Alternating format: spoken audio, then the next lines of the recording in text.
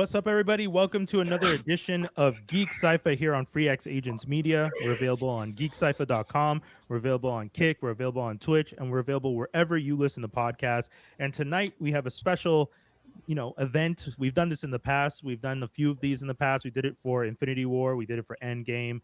We did it for the premiere of X-Men '97. These special episodes where we break down an entire film. We did a Tenet special during the pandemic. That was a lot of fun back in the day. That. Yeah, that was a crazy one. We had like 10 people on the screen. It was good. Jeez. And and we're back with another one. We're going to be doing Spider-Man Brand New Day today. But first off, I want everyone to introduce themselves because I know for a fact a bunch of people who've never watched the podcast have told me, yo, I'm going to tune in because I watched Spider-Man and I want to hear the takes. I want to hear from nerds who know Spider-Man what's going on. So next to me, my co-host who's been doing it with me pretty much since day one, Skinny. It's popping, people. Skinny, action figure Skinny, your boy Skin Deep, many names, Sirius Black, all that. I collect toys. I'm here. Never really been on the beginning of the show. It's been a minute, so this is rare. I usually just pop in. Next up, we got Mike. Mike, how you been? Big Mike. I'm alive. Yeah. I'm breathing. If y'all don't know me, I am Black Guy number 5 on the Geek Sci-Fi podcast, and I am one and only black guy at Crossover Comics. So I do this shit. Yeah, do we get powers now that we're 5 black guys? Like, Yeah. Do we have morphers? Oh, is that true. a thing? Because Is this like a Captain Planet situation, but it's Captain Nigga? I'm just ready to go. Fusion. Ah.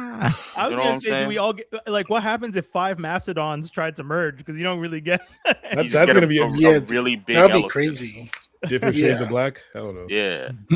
I heard a podcast where they were talking about how he's an amazing dancer and that he was out at San Diego Comic-Con at this blurred and bougie party, like tearing it up. So He's not an amazing dancer. He is a dancer. That is his first profession. no, I know, but I He mean, just happens to be really he's good at it. it. Zach is a dancer, straight up. The I'm pretty voice sure you can just have like heard- trashy dancers. The voice you just heard was Jaws D. Jaws, what's good? I'm good. Man, I feel good to be in the zeitgeist. Usually I'm just like chilling, just waiting for everyone to watch everything, and I'll come in later. I'm like, nope, Spider-Man's up. Gotta go. Yeah, this is one where you felt like you had to go see it. Yeah. And then last but not least, we got TT. What's up, man? What's up? It's TT. You know, baby oil, troublemaking, Put it and away, put it away, controversial. put it away. I don't have any in I have Duke, you have cream, but that's just lotion for nothing. Oh. But yeah, what's up? Nigga. Lord have mercy. So, for those of you, if this is your first time checking out the pod, welcome. And again, I know some of y'all told me you were going to tune in that you hadn't watched the pod before, which shame on you. No, I'm joking. I appreciate No, you shame. guys- I'm shaming. I appreciate that you guys are tuning in. Don't tell them. Yeah. Hey, I mean, like, You know what? Yeah. I mean, some of y'all came to the party that we just had this summer. You told me you at the party, you're just like, yo, I actually haven't listened to an episode, but your party's banging. I'm like, bitch ass nigga, he gave you a burger. Give me that burger back. Yeah, On God. Give me the jungle juice back. I'm drinking your jungle juice now. Talking about. we did have an Suck. amazing party. So if this is your first time listening and you didn't know that we do an annual party, we just had one June 27th. We're probably going to do one again in 2027. We usually, I guess now we do it the last weekend of June. We'll see. We might do Christmas if y'all are Oh good. yeah, we did say we wanted to do another party midway through the year because we had so much fun. So we'll keep y'all informed. I am looking into starting a mailing list so that we can like hit people with some blasts so that they know what's going on. If you guys are interested in that, keep checking out our website. That's geekcypher.com, geekcypha.com. And yeah, we're gonna be talking about Spider-Man. But before we get to Spider-Man, we do have a bit of news because there are some major things that came up in recent events. One of which I feel we do want to talk a bit about because one of our most viewed clips ever, coming in at 6,000 views across 2 platforms. I didn't even check the third, so we're probably over that. Our comment on who should play Emma Frost last week, where we said Hunter Schafer would be a good Emma Frost, blew up. I didn't limit the comments. I just set the comments to you have to be following us to comment. Yeah. Y'all can comment, but if you're gonna comment, put in that follow. I'm not going to stop you, but if you're going to comment and you want to say some shit, make sure, because that's the deal. Put in the work. Oh, we got the last person. Hey. Yeah. Ness, you want to What's introduce? up? Because I was just saying before how some people told me they're going to watch. This is their first time checking it out, so I wanted everyone to introduce themselves. We've all gone around the table already, but I'll allow you to introduce yourself. Oh, I'm Ness. I'm currently studying film and working part-time. I like when you're modest. Wait. She's studying film. She's going to be a representative at, if I'm not mistaken, Montreal International Film Festival. Woo. I'm an ambassador, yes. Ambassador. Here. You just Correct. did coverage for Fantasia Film Festival. Yes, that was really Okay. fun. You did coverage at Comic-Con. You've been a member at Comic-Con staff for X amount of years. Because you undersell all your nerd creds, which I find very weird for a nerd podcast. I don't know. I don't know how to like introduce Brag. myself as a nerd. Brag. Play that horn from high, homie. But All of us- basically, I'm a film kind of a nerd. big deal. Ooh, Yeah. Wait, hold on. We've got the 6th member of the Nigger Rangers. We definitely getting powers now. We definitely What's getting the power? now. Can we like decide what the power is? Belligerence. belligerence. Yo. When your chairs combine. Sucking teeth. Sucking your teeth. Yeah. I want that power. That's mine. I haven't been on the wild. pod in a while. Same. I know it's been a minute for some of y'all, so it is a Yeah. fun one to come back to because, like I said at the beginning, we're going to be talking about Brand New Day. We're going to be spoiling everything.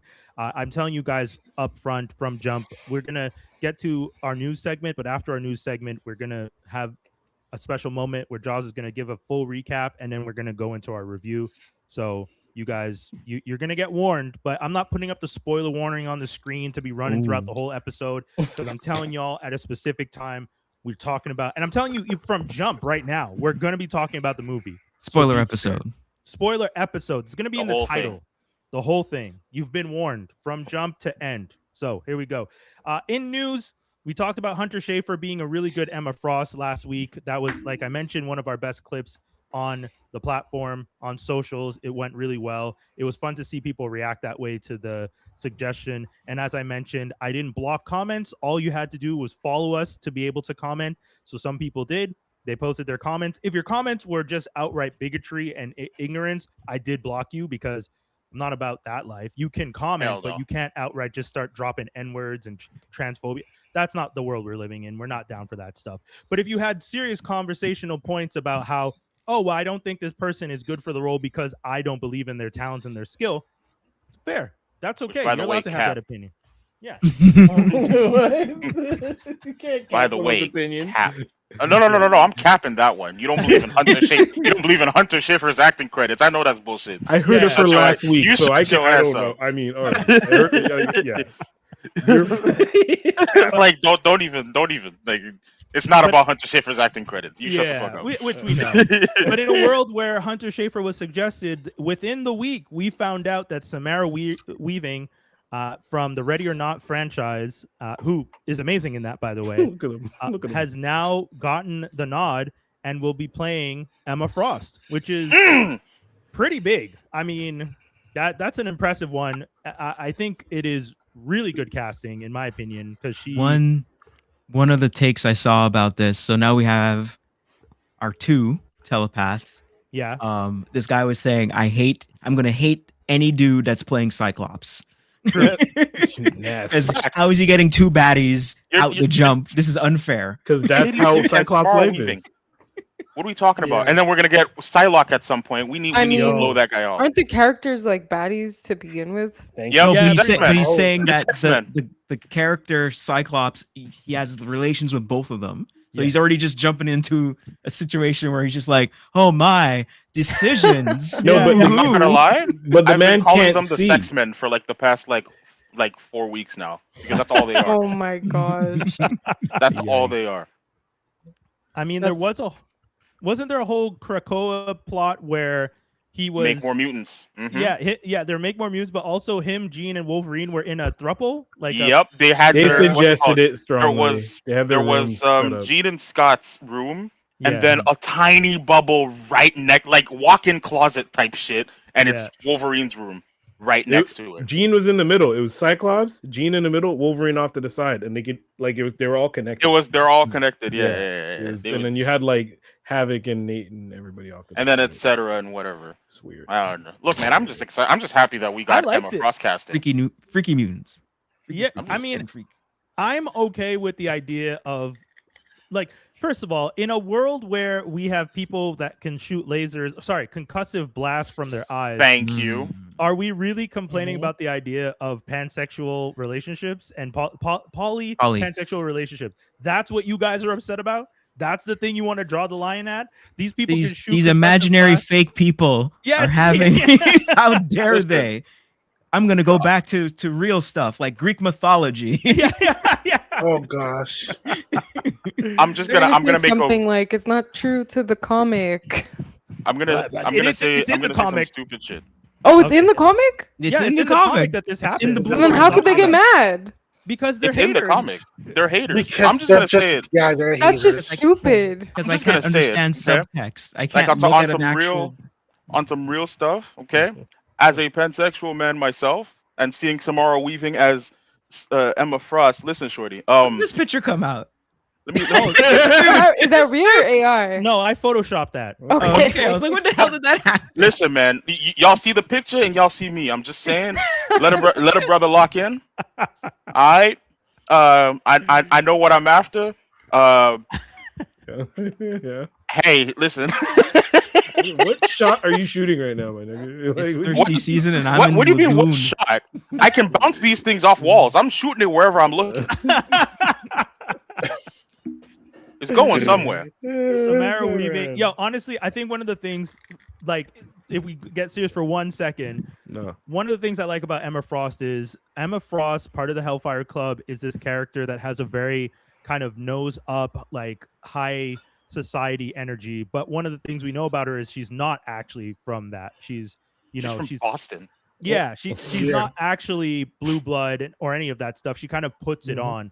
So I do think Samara is very good at that. If you've seen her in Ready or Not, she is able to kind of play that role and play that part very well. When you see her in the first movie, she kind of comes in and she's joining this very high society energy, but she herself doesn't come across that way. She comes from like broken home situation. You find out in the second movies, she left home early, sibling, left behind, all this stuff.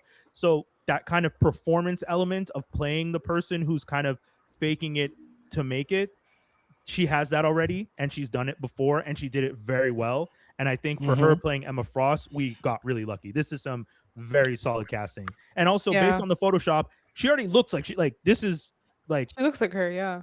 This is great. Like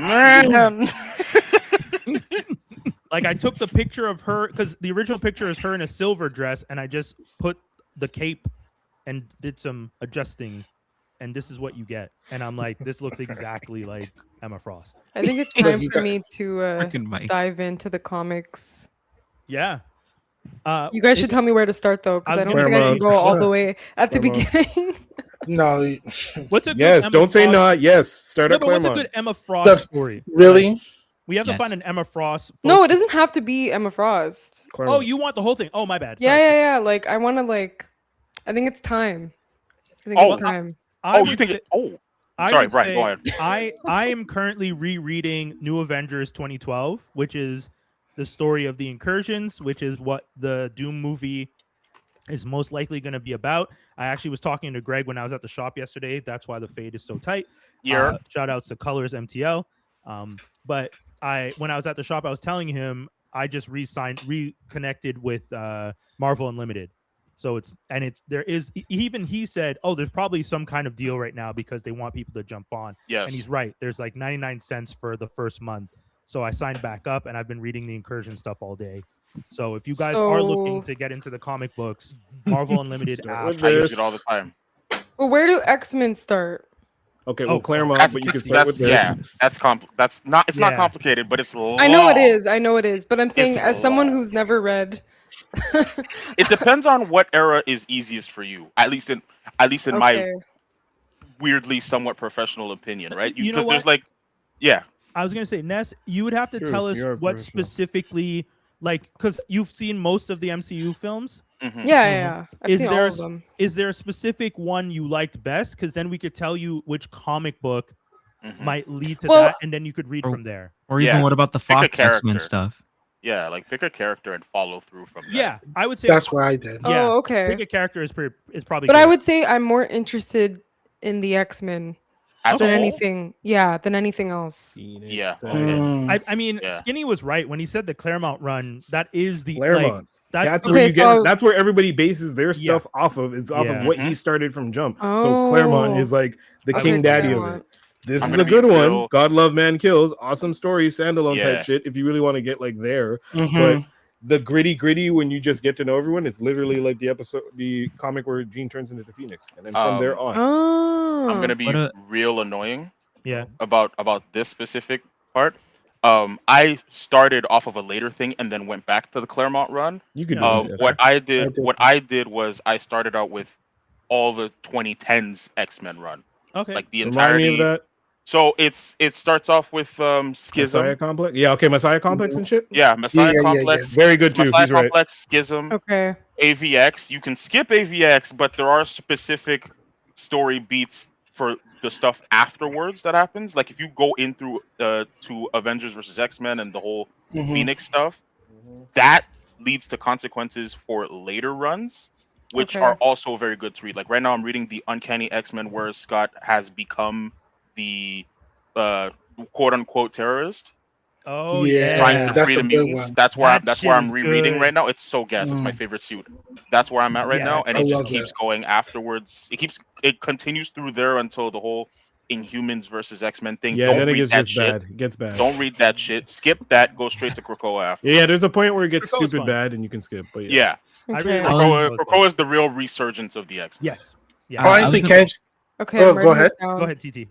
because I was going to say for me, like what Mike said, I like really liked X-Force. So like but with Phantom X, X, Oh, Yeah, that's yeah. 2010. Yeah. Yeah. and after I was like, okay, how did this team form? And after I had to go back to like the Messiah complex, the Wars, Messiah complex, and the Revelations, right? And after Yeah. to go back, like so, I just found like their suits cool in X Force. Yes. And It's the after gray I and just black. exactly Yeah. gray and black, and after I was Yeah, like, okay, how did this come about? And after I just went backwards, and then I went forwards. You know. Yeah. So Marvel- what I would highly suggest is just like find the character you really think that is cool, Yeah. and just like read Backtrack. about them and be like, okay, oh, they're in this, they appear in this series, that series, and that series. Let's go ahead and just read it from there. And if you want to continue, just continue. Yeah.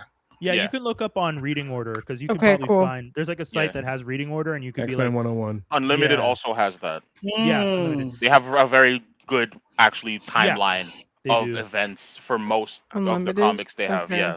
So Marvel Jaws- Unlimited does have that. You were about to say something. Sorry, I didn't mean to cut you off. Yeah, before. I was also gonna say, if I remember right, if you're watching the X-Men Fox movies, I would assume New X-Men by Grant Morrison would fit New X-Men in. is good. It Yeah. fits in. It fits in. Actually, New X-Men is the thing that is the biggest domino that knocks over all the other dominoes along the series. Yeah. Too bad for that Mm. artwork. But Yeah. Yeah, yeah. Oh A lot of God, people- Frank yeah. quietly. Ugh! Anyway, we're not gonna Yeah. talk The about that Superman right now. stuff was good, but Okay, we'll get off nice, topic. nice. Thank you guys. Yeah. So, and that goes for anyone who's listening to the pod. If you guys are watching all these movies, if you're excited about the fact that, and again, spoilers, that X-Men and mutants are going to be joining the MCU. We've had a few mutants, but now we're seeing some X-Men mutants in the actual MCU in the Mhm. film. We'll talk about that in a second. And if you're excited about that and you want to get into the X-Men, everything we just talked about is stuff you should check out. And if you're interested, guys, we should probably make a note. We should write down some of these titles so we can put it in the description of this episode. Yes, So, yes. cool. I took notes. Perfect. Awesome. I always hear you guys talk about so many characters, and like some of them I already know of because of just general it's a good knowledge. one too. But like I never 139. actually dove into it. So Yeah. I don't know why I have that just Uh, outside like that. That should be in a case. We also First have thing. It's a in the sign. news, this one is very quick. We won't really go into larger discussion, but just to nod, David Bautista is in talks to play Kratos in the God of War. He would be replacing Ryan Hurst, who was injured on set. He pulled a muscle in his bicep, or tore a muscle in his bicep, from what I understand. Bautista, who had recently lost quite a bit of weight, had slimmed down, I should say, not lost weight, but slimmed down on the muscle bulking, had actually recently put on 40 pounds of muscle for some other role he was playing. So he's already a bit heavier again, and people are saying would be able to take on the role. So this is something that's super interesting. People are excited potentially. I've also heard some people not liking him for the role. So we'll see. I mean, I heard someone specifically say that they don't think Batista has the acting chops. Okay, sure. Bro, Because he's only made a living wait. off. No, He's not that good. done. I'm done. I'm sorry. Interesting. I Yeah, think he's an not actor, that but- good. Really? Get him in a Denis Villeneuve movie. Yeah, 'cause I, that's- I think so. I think Blade Runner 2049. I was like, oh shit. Oh, okay. So like, Dune. I guess it's the. but I the guess- cabin one. What's the knock at the? Oh, The He's horror good with at the that. four people who like the end of the world Yeah. shit. I forgot. Oh yeah. He's Oh, yeah, really good there. at that. So But as that's why- Kratos, I'm Yeah, just saying like I I'm get just what you're saying, like, yeah. he played one guy. He already played the guy who lost his wife and daughter. Okay, can you give it to someone else? Remember, Yeah. like, Okay, Mike. I don't what were you know. gonna say? I'm gonna say it like this, Oh, and mind you, love God of War. I don't think you need a AAA whatever the fuck actor to play Kratos. You just need I'm gonna be real. For Mike. certain scenes, you might have to, channel the thing. But in my honest opinion, I just need a big, potentially black nigga to hit some shit, and like be a degenerate towards his son every now and then. I don't know, It's man. I not think I have that to like the disagree. more like Potentially black nigga. from playing the games, the focal point is Atreus. Yeah. Kratos is there and he's good and we love him and he has some stuff to deal with. Right. Atreus is the one we actually see grow up and experience this stuff. I would rather the bigger acting stuff come from the kid, who currently the casting for the kid I'm not a fan of. Right. Dave said I the would, same thing too. yeah, from what I would remember. much Yeah. rather have is the it? kid be the person Uh, who's doing stuff. relatively the- unknown kid actor. So they're Yeah. basing it off the new Oh, stuff, okay. not the original game. Yeah, no. Yeah. They're probably Yeah, gonna I'm sure I've said this before, but they're probably gonna do some like backstory shit for like a couple seconds going back to Greece, but they're basing Yeah. it all in terms of the Norse mythology. Oh, okay. Right. Oh, wow. Yeah.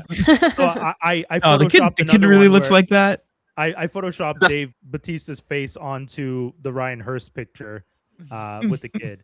Yeah. Yeah. I mean, the You're on kid. a roll. I gotta say, the kid does look a little too young for what the. Way The too boot- young. Yeah. Oh, and that's He he- looks kid 9. playing He it? looks 9. That's He the kid needs playing to it. be like the Okay. kid looks 7. He needs to be like 10. Yeah, he looks young. Yeah, but they want to keep this kid forever and stuff, and then puberty True. and factor that in, taking a year Yeah. or two off. Exactly. Like, We don't want another Yeah, but we Avatar. Yeah, don't know- he situation. signed his life away for sure. Yeah, but we don't know how TT hit the Hollywood's nail gonna on the do head it. with the Avatar situation. That kid grew Yeah. up way too much in between seasons. So Yeah. like, Yeah. Like we don't know how long it's gonna take because even for Avatar, it took like what, a year or two? Yeah, that's the thing. When the actors are this young at that age, like in You the span gotta- of 6 months, they grow so Yeah. much. It's gotta, not even a like- fact. Like even if you're on set and you're filming back-to-back seasons, like I don't know if you guys saw I know TT saw it because he hated it, but in the Avatar season, the first scene at the beginning and then they cut to something else. That first scene in the first episode was filmed at the end, and you can tell because the kid is significantly taller in that first scene than he is in the first episode for half the scenes. wow. And you can tell Oh. like he grew so much that it you know how they sometimes have to fill filler scene and reshoot. Maybe he got like a puberty Yeah, for sure. like Jolt. spurt, Oh, and then it just 100%. they weren't expecting it, you know. For sure, And- for sure. It just sucked because when you do reshoots with a child actor and they shoot up 6 inches in between the beginning Yeah, of the that's- season and the end, the reshoots don't make sense because the kid is Yeah. literally taller. Like it But that's the risk you take when you sign a kid. 100%. And you gotta sure. remember, there's also child working laws Yes, in yeah. effect. You know, you can't have kids working X amount of hours, et cetera, et True. cetera, et cetera. This is why the Disney shows, as much as it's messed up, this is why they film like 65 episodes in a row. Hell Bok, yeah. bok, bok, bok, bok. because they're Get just Really? yeah. Yeah. It's a 60-40 thing, and they do like 60, and then like there's like a break, and then Interesting. they do But 2 seasons. Disney is sorry. Yeah. What? Disney is like I just feel like maybe not as much anymore, but back then anyways, Yeah. they're famous for like hiring adults to play children. Like, yeah, I'm gonna get these Waverly Place episodes. What you mean? All the teenagers were like adults already. Like 20 something already. We're all in Well, this I would say more together. back in the day because maybe when they started doing like Good Luck Charlie and like Shake It Up, they started being younger. But like That's So Raven, Hannah Montana, well, ish. Oh, they were like older, Jackson was younger? like Jackson was already like 25. I think he was in his 30s. Yeah, he was in his 30s. Oh yeah, yes, that's fair. Yeah. That's fair. Yeah, It's But like, Whoa. I guess Raven was young. But like, I was I don't thinking of know. Zach and Cody, and I know those. Oh yeah, two they were kids. True. Yeah, they were really. But there was a lot of. My point is, there was a lot of like side characters that were already adults who That's were playing like teenagers. Yeah. Yeah. So I mean, that's the thing. That's the risk you take. Maybe and that's why. Yeah, to the kid playing Atreus, hopefully we'll see what happens. And God of War as a TV show sounds like it should be fun. So fingers crossed. And then our last bit of news goes right into our main topic today. This is kind of crazy. Spider-Man Brand New Day crosses 1 billion in 6 days, the second fastest movie to hit this milestone ever. As of the recording of this podcast, Spider-Man Brand New Day has made $1,052,956,180. Good. Wow. Which it is the second highest grossing film of the year after just a week. The highest grossing film of the year is Toy Story 5. Ew. And Really? that feels. Did you say ew? I said ew. Mm-mm. Rude. We didn't need five of them bitches. I'm so sorry. Don't do that. Why are you saying that? Why are you hating on Toy Story? It made $1 billion. It made $1 billion, which is great. And this is probably my first instance of shit, he's old. But no, my nieces didn't like it. My nieces are 12. They didn't like it. I'm not gonna lie to you. That's because they don't know Toy Story. 2 was great. 3 was a stretch. 4 I was already out, and 5 it's not for me. The movies aren't for me. I'm not the demographic. But also, 3 was where y'all should have kept it. We have 3 Toy Stories, sounding but like 2 a real Gen Incredibles. Z. We got 2 Incredibles. Damn. We got 2 Incredibles movies, but we got 5 Toy Stories. Fuck out of here. I will kind of agree with Mike. I feel like Toy Story 5 is not really for kids. It's more for us older people that collect toys, and we're seeing that toys are being overran by. But Pixar was always here. for adults. Yes. Always. Yes. Monster. What's the Monsters Inc? My favorite Monsters movie. University Favorite was Pixar done. movie. They timed it specifically to come out from when you were a kid and watched the first movie. They calculated that they would be graduating high school, and that's why that one is about going to university, because they knew the kids who watched the first one. And I was just like, that's I grew up with crazy that marketing. one. Monsters. Yeah. But I fuck with that. Yeah. I'm with that. Toy Story came out when we were 8, Wendell? Yeah. Probably, yeah. 93. Yeah. 93? Yeah. We were like 8. Oh, I was like I 10, 11. was non-existent. Exactly. I I wasn't even a sperm Yeah, cell. Toy Story Wait, came out wait. like 93. It came out in 93. Hey, I It was wasn't the born first either, but I CGI still movie. grew up with Toy Story. I did Wait a too. minute. Oh, Yeah, yeah, man. Why do I Toy Story came out remember it? 93. Well, you Nigga, watched I it. was remember? 2. How do I remember it? Because you have You older watched it, sisters, my didn't nigga. What are you Yeah, talking because you about? watched it so many times. No, guys. I've You never. have Sorry, siblings? 95. Okay. The first Toy Story I ever watched was 4. I'm not gonna No lie. way. I swear to you, I promise you, I'm not. I never grew up on Disney. Like Mulan, Yeah, that's Aladdin, and Lion King, and that's it. It's okay. You didn't miss Yeah. out much. Yeah. Hold on. No. What is I- the blasphemy that you're Let's not talking about? debate Disney. No, wait. No. wait, Sorry. wait. Pixar, you should watch, but Disney specifically. Don't do that. Specifically I'm the sorry. animations, like the Disney animations. Yeah, Disney Nope. animations are okay. Again, Lion don't do King is that. all you you didn't. got. You didn't miss Gargoyles, Hey. don't do that. Hey, Well, hey, I man, will- I'm will do that. sometimes We're talking movies. Okay, The Rescuers, Rescuers Down Under, Little I Mermaid. guess. Come on, Tarzan is the Sometimes- bad No, one. wait, No, don't- I let's did not- watch Tarzan. I This did will watch turn into Tarzan. a longer earlier, debate. but anyways, Please, Sometimes- I would I'm Sometimes coming to I get just- you later. We're gonna. I have a Sometimes bone to pick with Tarzan, but we'll talk about it after. Yeah, Sometimes- hey. Sometimes I just want to watch a movie, but if you make this shit goofy, I swear to God, a goofy movie. That's I heard that's like Disney. the blackest Disney movie. I mean, with that said, guys, we once again, this is the last time I'm giving you the warning. Spoilers. We are going to be talking about Spider-Man Brand New Day. That encompasses us talking about every single piece of Spider-Man knowledge we have. The combined Spider-Man knowledge of this podcast is the hundreds of years. We all know every element of Spider-Man from different parts of different stories that we've all read. We're going to be talking about Spider-Man now, Spider-Man in the past, Spider-Man in the future, and more specifically, the movie. I only know the movies. Yeah. Enough. No, but we're going to talk back to Tobey Maguire. Yeah. So. Back to Nicholas Hammond. Oh, EI. Back to Japan. Yeah, I was going to say 1977. So if you guys are watching this right now and you do not want the film spoiled or do not want the history of Spider-Man spoiled in any way, because you did hear us talk about how cool the comic books are and your ass wants to go read those now is the time to put the marker and step on out. Kick rocks. Jaws, please read them the breakdown. Before we start, I just want to say RIP to the designer of the Spider-Man Leopold. He passed away recently. Shout out to him. Oh, yes. Yes, he did. So, all right, here we go. RIP. Are you ready, true believers? Ready. We pick up 4 years after No Way Home, and that Doctor Strange magic is still holding tight. Nobody remembers Peter Parker is Spider-Man. MJ and Ned have graduated from MIT and moved back to NYC. Peter's entire social circle has shrunk down to Gene DeWolf, an NYPD cop, and Frank Castle. When your best friends are the Punisher and a cop, you know your personal life is shit.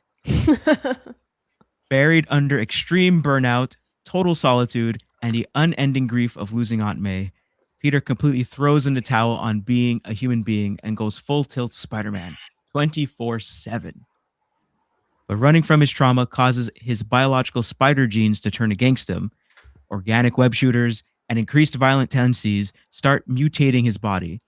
Enter Bruce Banner, Dr. Bruce Banner, with his Hulk inhibitor, who inspires Peter to engineer a specialized chip to keep his powers and his temper from boiling over. Naturally, New York doesn't let him rest. A silent force starts hijacking the minds of Spidey's rogues and allies. Peter joins forces with the Punisher and Yelena, aka Black Widow, following a trail that leads back to Damage Control. The mastermind behind the puppet mastery? Jean Elaine Gray. The Elaine part throws me off.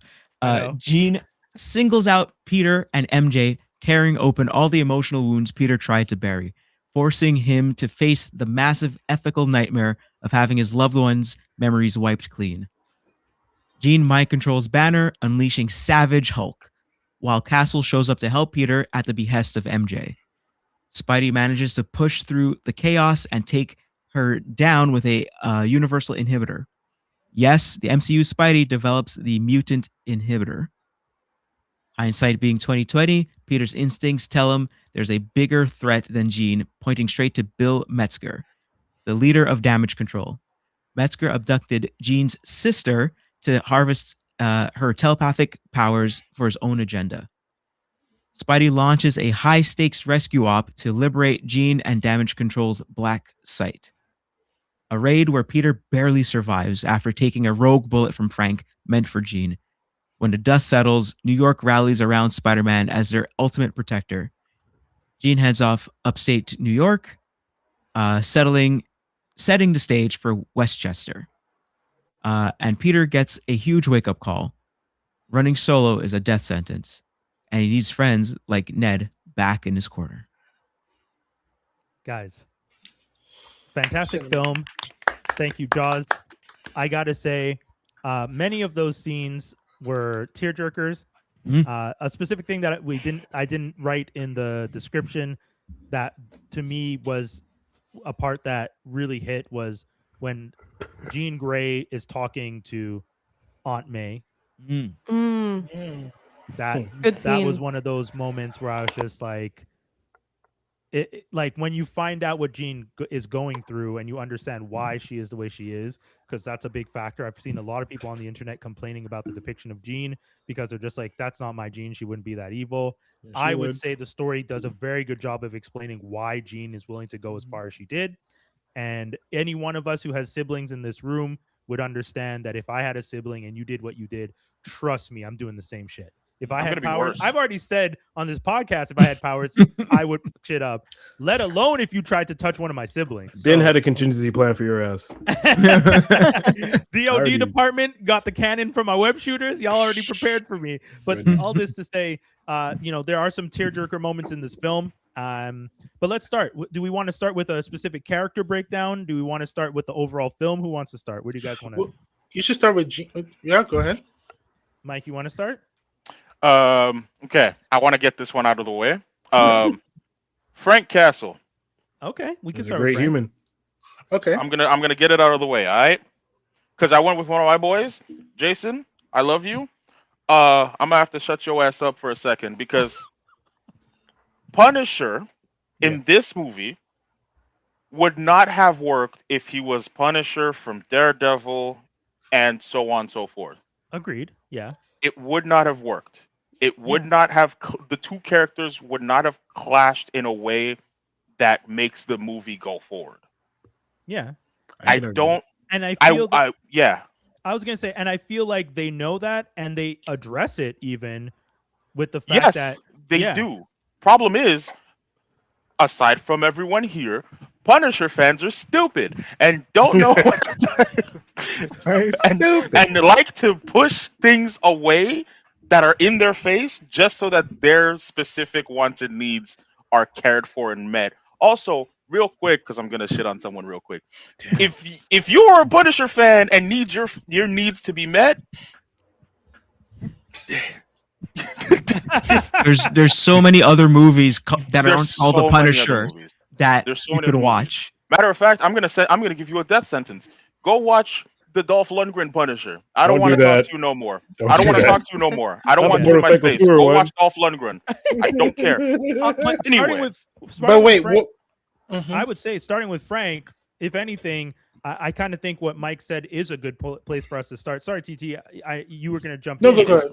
I maybe we're on the similar page. I was going to say one of the things I like about what the MCU can do with Frank Castle is putting Frank Castle in a Spider-Man movie and still making Frank interesting is not easy, and they managed to do it. Yeah. Because when I watched that film, I didn't feel like they nerfed Frank in any way. Nope. Frank is still scene. There's a scene in the film where Peter underestimates Frank and goes, "You don't have the shit I need to make the things I have." My favorite thing. And he looks at him. He's just like, "Why the fuck wouldn't I have that shit?" Obviously, I'm paraphrasing, but he's like, "Why don't you think I have that shit?" And he's like, "Okay, well, I need X, Y, Z." And Frank's like, "I got that." And he's like, "Why do you need that?" And MJ, who's in that scene, which is another great thing about the scene because you get to see how smart MJ is. MJ is just like to make bombs, and Frank goes bingo. Bingo. And that was such a great scene where you got to see Spidey thinking he's the smartest man in the room, which Peter is known to do. It is a character flaw of the character. Like he does that. He has a little bit of hubris. Usually he is. Yeah, usually he is though. Yes. And he does joke about himself being stupid, but he does like to treat himself as the smartest person. But also you get Frank being like, the way I solve situations is guns and bombs. You get that in that scene. And you get an MJ moment where MJ is as knowledgeable about the things that Peter's talking about, and she's knowledgeable about how you can use those things. The three things happen in one scene, and it's done in what, 10 seconds? 10 Perfectly seconds. Executed. Yep. So it was beautiful. I would say, they made him a very good character. I think he's like my second favorite character in that movie. Something else I liked was when they first go to Frank's place and just everything's booby trapped. Yeah. And on some Kevin McAllister shit. Yeah. Well, yeah. I mean, that like Kevin McAllister, was it Dutch from what was it, from Punisher? You know, like, you know, that's what he does. That's what Frank does. That's what Punisher does. Yeah. And then Frank and Peter Parker are having a very New York argument with each other. And also on top of it, the way I looked at that scene is like, he's talking to him from the stoop, and he's talking to him at the balcony. So it's just very just New York. City interview kind of conversation. I'm talking to you up here, and I'm yelling at you. And the yelling, that was very New York. They had good chemistry. They had really good chemistry. The amount of words Frank conveyed by just saying like, it's like, oh my gosh, it's so good, so good. So good. Sorry, and then one last thing too. Something that I was watching a video after I saw the movie, and they're pointing out the reason Punisher works in the MCU and doesn't work in all of his individual movies is because they always have to make Frank. They always have to make him heroic, or at least likable, or at least like there's no one to bounce off him that says, "Hey, don't do that." there's no one that has top billing with him that says, "Right, can't just go around killing everybody. It doesn't work. Stop doing that." And so you have Daredevil in the show, and you have Peter in this movie, just being like, "Stop it." It's really so good. TT, you were about to say something. Hit us. Yes, remember, Skinny. Remember how I had an issue with Punisher portrayed in the One Last Kill? I was like, "Oh my god, we're going to do this again." The war veteran. Remember? I was like, yo, I want something different, and this movie like was the answer. One Last Kill sets this up, and that's why he works in this, because of One exactly. Last Kill. And I have to give credit to like the writers, like they knew the characters, they knew like even like how you were talking about MJ, like people like answering the questions. Like this person took the time to like actually do the research to like read about the characters, learn about the characters in the different kind of movies, and was able to be like, okay, I know MJ would know this, so that's why she's going to say to make bombs. You know, it just felt like the pieces were fitting, you know, and I just liked everything. Yeah, exactly. It was good casting, especially for Punisher. Yes. Can I give? I love John Berthnell.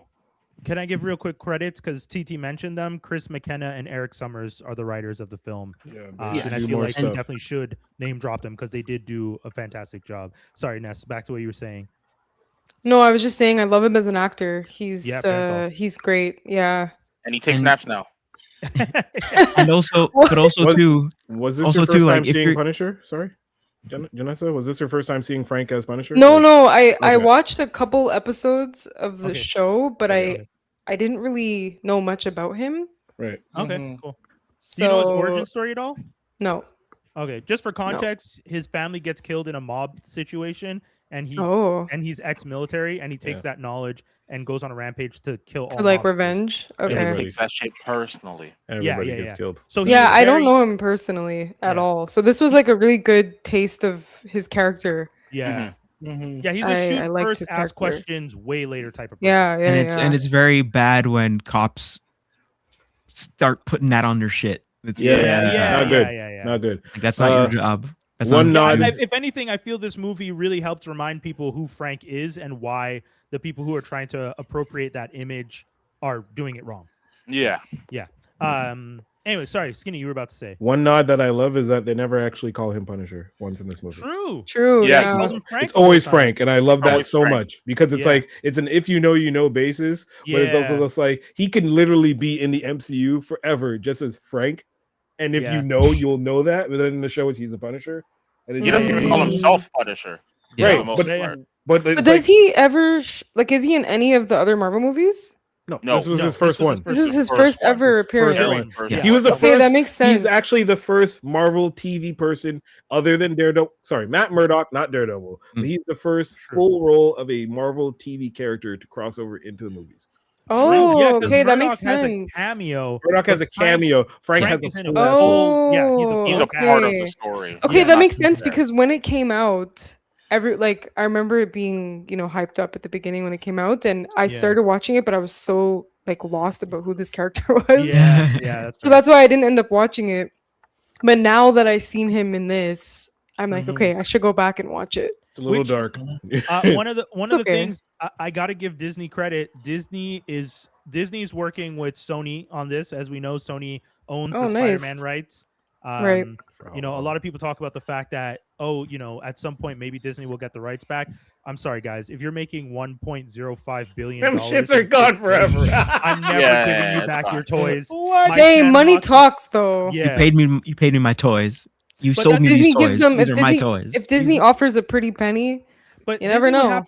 Disney would have to offer me, if I ran Sony, you generally have to offer me like 10 billion, because if I can keep making Spider-Man movies, and I know you guys want Spider-Man in your movies, so I'm getting a piece of that pie. And when I make the solo movies, I get half of a billy. And this is only 6 days. The movie's only gonna maybe touch Just one. keep the deal forever. Just keep the deal forever.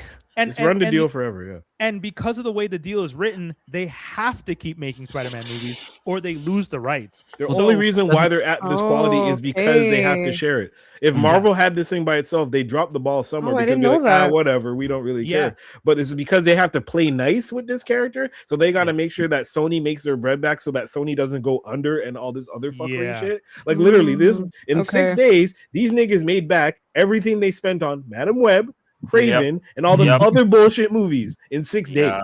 Yeah. Come on. I wonder. By the way, just a reminder, this is how studios used to be run. You used to have a tentpole, like literally called the tentpole film, and you had your other projects, and the tentpole was designed to carry the cost of the other projects that were going to come out. But that went out the window because no one wants to take risk anymore. So everyone's out here making these movies being like, oh, it's a flop. Next, we're forgetting it. But the whole idea was you had artists, and they would make a movie that's only going to make a couple million because you knew you had your Spider-Man coming in to make $1 billion almost, or 1.5 billion. Jaws, it looked like you were about to say something. Yeah, I wonder if Sony Animation, Into the Spider-Verse also factors into this as well, because that's the only good thing that Sony's been doing with Spider-Man lately. I mean, I think those count as films, as I understand it. So either they're going to continue making animated, or and they put all the Spider-Man in there. Yeah, all of them. They were smart about that too. But Disney is very smart to work with, because Sony does own the rights to the film rights to the character, and based on like what Skinny was just saying, and even what Ness was just saying, Ness watched this film and was just like, oh, I'm going to go back and watch more Punisher stuff, which is on Disney Plus. Yeah. Funny enough, the Spider-Man movie, where it's going to end up after it finished its theater run and its first pay one deal? Netflix. Because Netflix has Netflix signed a deal with Sony in January of this year where they get the first run of Sony films. And then they go over there. Netflix so that's why Spider-Man was there. Okay. Yeah, that's why Spider-Man's out. Do they have all of them? Yeah. They should. The deals with Sony, they should have all their film stuff. They're supposed to. Yeah. Which I don't care none at all for them movies now. Like, they're good, cool, nice setup, but listen, you get this movie after I like Homecoming, and I know Brian's gonna put his ranking. We're not gonna get there yet, but I understand those movies had to exist in order to get this. But if you're telling me this is I'm with Skinny. I don't understand people who complain about this movie at all. I just don't understand. I agree with you. You're a weird person if you find something to complain about within this movie. I don't understand. We're getting. Why would you complain? Because you get oh my god. Because there's always somebody. There's always somebody. You have to understand. They wrote it in because of what happened in the last film. Yeah. This is, I think, the first or third, or I couldn't even tell you. The man had his mask on 90% of the fucking movie. Yes. Fuck yes. Bro. Yeah. Finally. In a Spider-Man? Are you take off your mask? No, I don't take off the mask. Yeah. You're getting in the water. Take off your mask. No. I don't do that. I don't do that. That was funny. The funny point, Jaws, and like we all like. I don't know if you guys coming into damage control. Take off your mask. I don't do that. I don't know if you guys know the Judge Dredd's thing, but you know when they wanted to make that movie, Sylvester Stallone was just like, "Well, you got to take the mask off," and they're just like, "No, the whole point is Judge Dredd never takes his mask off." It feels like Tom Holland was on that set, was like, "Listen, I'm going the Dredd method. I don't take the mask off." Because there are moments where you kind of thought he was going to take the mask off. And if anything, the moments where he does take the mask off have more weight, because the two times he does it, one of the times he does it is when MJ, or who we think is MJ, starts to remember him and takes the mask off. And he's just like, you can tell that this is like, it pains him to even have to wear a mask with her. It's just like, you are the love of my life. I should never have to fake who I am in front of you. And the fact that I'm here in this moment and I can't be real with you. And she's just like, nah, boo, I remember you. And you see when he hugs her and you see his face. That was one of the first times where I was just like, I almost cried, but then I was just like, oh, shit. I cried at that scene. Yeah, it was too early. And I was like, oh, I knew it was a pump fake. Yeah, my I tears pulled back cried at in that because scene, my tears bro. pulled back in because they're like, oh, they just faked me out. They just faked me No, out. but What's I it called? cried because it was a fake out. Yeah, it's What's it brutal. called? I had a weird, My I had a heart was weird broken, nigga sense bro. moment. Yeah. I had a weird nigga sense moment where y'all remember in Guardians of the Galaxy 2 when Peter finds out that Ego killed his mom, and then then like the what's it called, the dolly zoom? Oh yes. Yeah. That's exactly what happened, because the second that I had an inkling of a suspicion that Jean had caught her, I was like, it's raps. I'm not feeling nothing after this. And then the second she goes, yeah, that's right, Peter. Touch your girl. I was like, yo, the way she That's she why I made her cried, said, though. go ahead and touch her. I was like, oh God, no, this Cold is as the worst shit. way you I can love do it. Jean so that was much. cold as fuck. Can we That was talk about cold how? as fuck. Can we Do we talk wanna- about how fucked up Jean is? Yeah, no, not let's- fucked up. let's- Okay, can we Let's talk go about into her? it. Let's go into I it. Yeah, agree. let's go Because into Jean. I Let's really, go Jean. I really like this Jean Grey. Like So do I. she is like what if Professor X was never there in her life? Like or I don't know, the way she all was in this Magneto all the movie, time. Yeah. I don't know. I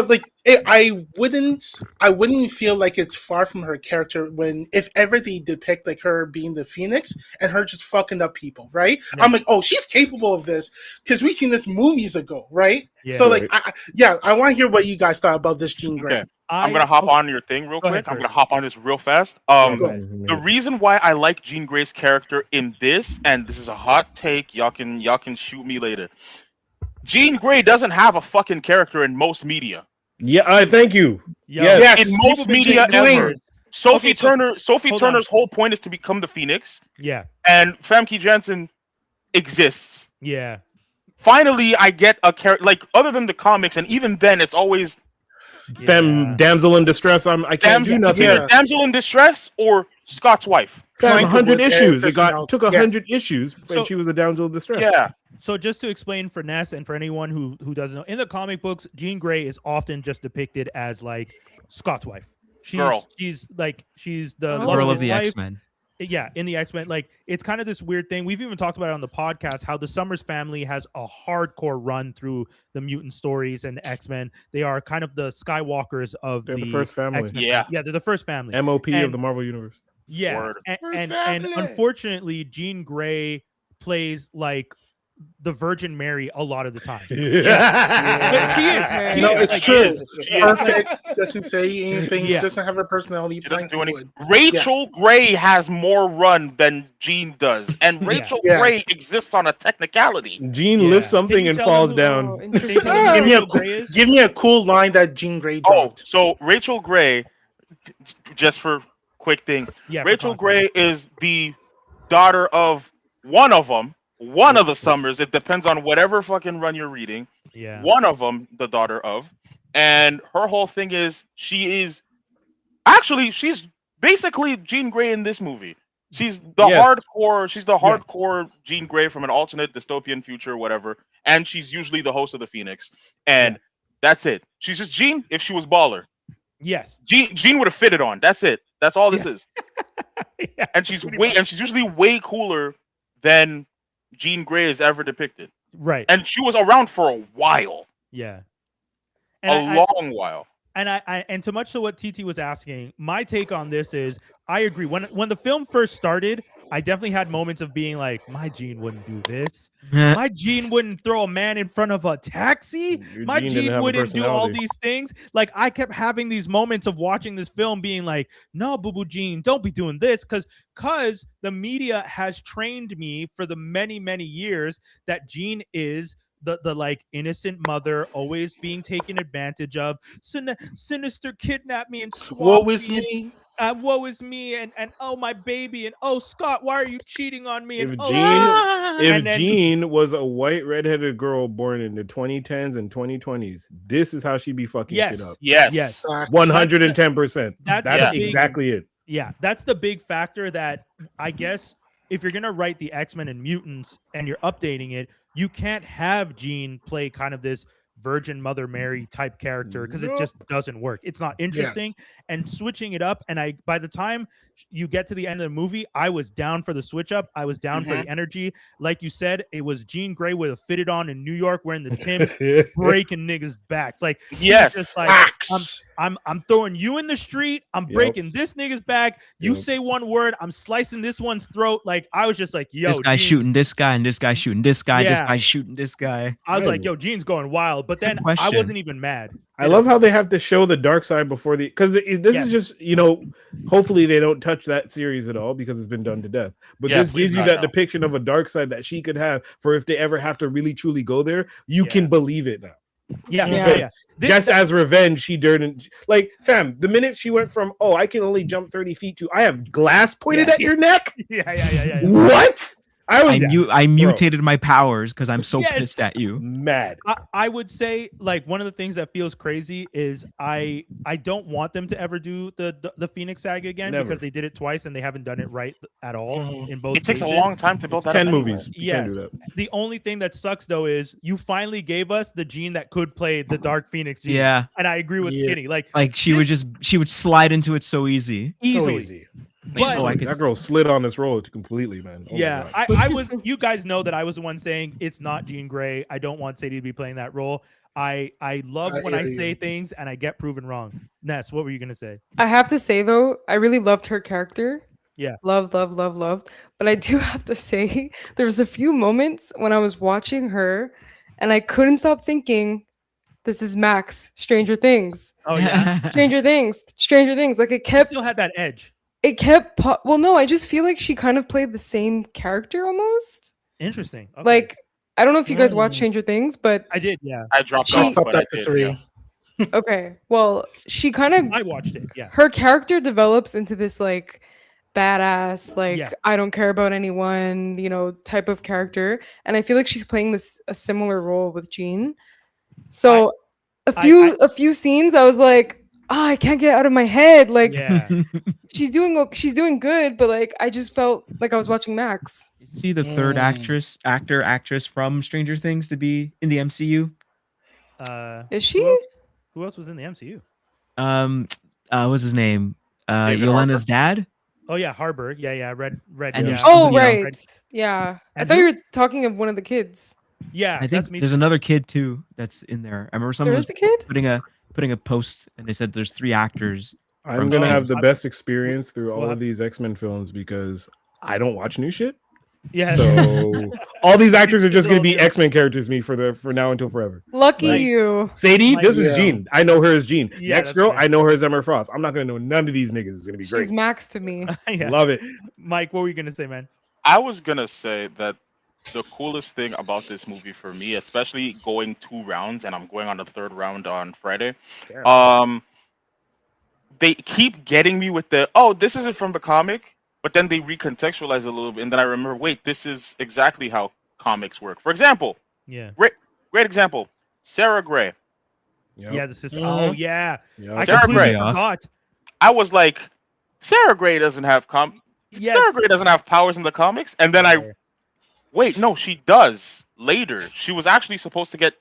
Jean was supposed to get killed off, and then Sarah was supposed to do the thing. Oh. And, fun fact. What's it called? Chris Claremont hated Jean. Yep. Chris Claremont hated Jean. It's a lot of stuff, but mainly like he didn't like how she was written before he took the reins. Okay. And he was just gonna be done with it. Kill her off. She's gone. We're gonna use the sister instead, and she was the one who was supposed to be the mainstay on the X-Men, because we find out later. We find out.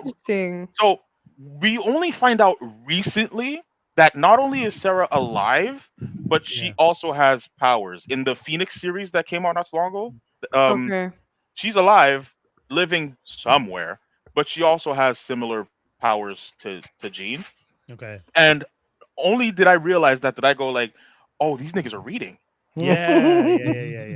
Is she? Even I forgot about that. Is she the older sister though? Even in the comics? Yeah, in the comics, it flip flops, but in the comics, she's the older one. Yeah, and Jean is or Sarah? Sarah's the older sibling. I remember brother.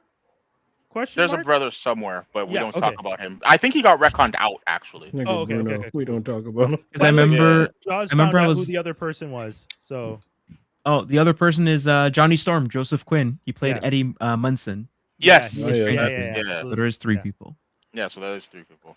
But Can I ask a question of the team? Sure. Who do you think has a bigger kill body count? In the MCU? No, in this movie, of these characters in the MCU, Jean. would it be Punisher, Jean, no, it's not Punisher. or the Hulk? It's Jean. Hulk. Hulk. I forgot what Nigeria. Did we forget what happened in Nigeria? Was it Nigeria or was it somewhere else? It was Legos. It was Legos. Okay, my bad. It was Legos. Oh yes, it was. Yeah. It was I remember people from Legos or people from Nigeria would comment, the cops ain't that fit. They'd be fatter than that, man. Get out of here. Agreed. Like, I'll take any opportunity to hate on Nigeria, by the way. Agreed. I was like, Yes. wow. I was Agreed. like, wow. Them cops not running after shit. Okay? You know what They're made eating me feel like at the station. They're not doing fuck all. Are we finished talking about Jean? Do we want to go on to any of the other characters? Yeah. I wanted to talk. I just wanted to give a 2 seconds because she's not on screen very long. The wolf, the homegirl from the bear. Yeah, she killed that. Say, oh yeah. I want to say shout outs to her. I mean, happy to see I want more of her. Yeah, she was such a perfect anchor for Peter when he's kind of adrift, you know. Yeah. And that voice of reason when she plays like a mother figure. Well, or like an aunt. Yeah. If you're a cop and you have Peter Parker, Spider-Man, sorry, I should say. If you're a cop and you have Spider-Man on speed dial and this man's out here helping you solve all the crimes. And I don't think, and this is because I'm an evil bastard, I would not tell you to take days off.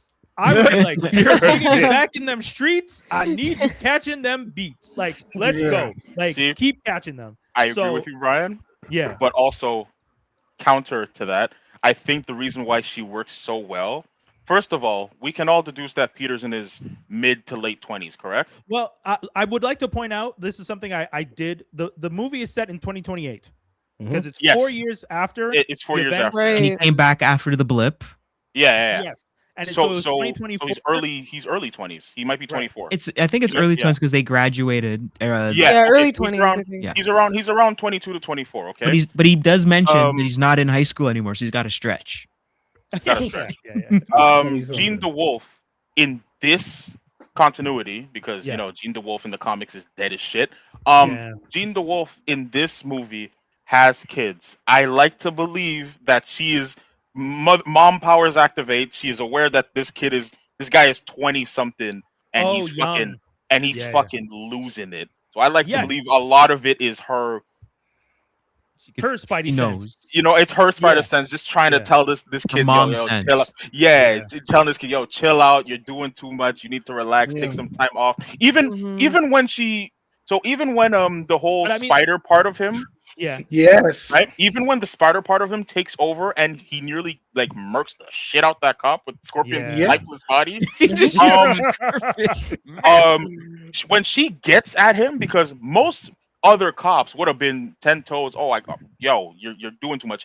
Even it felt like she was reprimanding him in a motherly way. Yeah. Yes. And I fucking loved that. Can I add to that? And that's what I love, because there are some movies, some shows that would just go the typical route where the person's like, "Oh, you do one bad thing, oh, now you're enemy," right? Yeah. But she recognized, "Oh, no, this is just a bad situation. Yeah. This is bro. You need to chill. You need to find out what the fuck is going on. The fuck out. Figure that shit out. Yeah. You know, and I loved. I was like, oh. Yes, this is what I want. Yeah. Someone on the internet said she must have known that Spider-Man Peter was white to just let him go like that. So he was like, let me be black and do that shit and see if the cops be like, yo, go ahead. Yo, if it was Spider B, yo, fam, he was coming at me weird. Nah. No. If he was wearing Tim's and a fitted. Oh yeah, rap. I gotta head out soon, so I'm gonna say real quick. I like just a small tidbits of you guys are gonna get this. They did the Punisher Spider-Man cover without doing it, and I love it. Yes.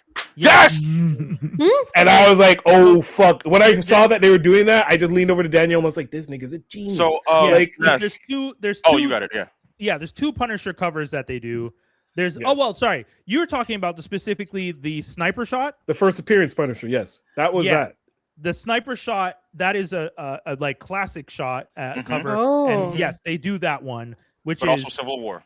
But they did a Civil War one when he brings him into the hospital and he's carrying him, and that was big for me because like, wow. So just super quick.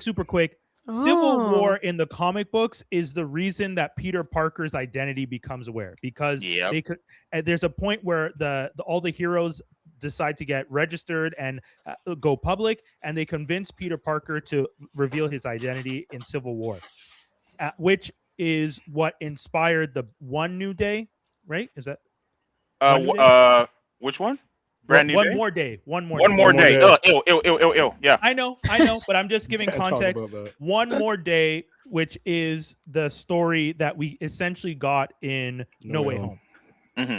So the fact that these writers and the director were all like, okay, here's this Easter egg for you fans that know that this is where it began. When Peter is brought in by Punisher after he's revealed his identity and he's been beat to shit because they start letting the villains help hunt heroes, which is a whole other crazy thing. And the villains are just like, yo, we can murk Spider-Man, and they go full on after Spider-Man. And like they really mess him up. And Frank Castle shows up and saves him and brings him to Captain America and the like underground Avengers team. And he's carrying him. And that's the exact shot we got when he brings him into the hospital. And that was beautiful to see. So also I just tiny, like minuscule commentary on that. Civil War didn't write any of those characters correctly. Okay, we can move. Fair.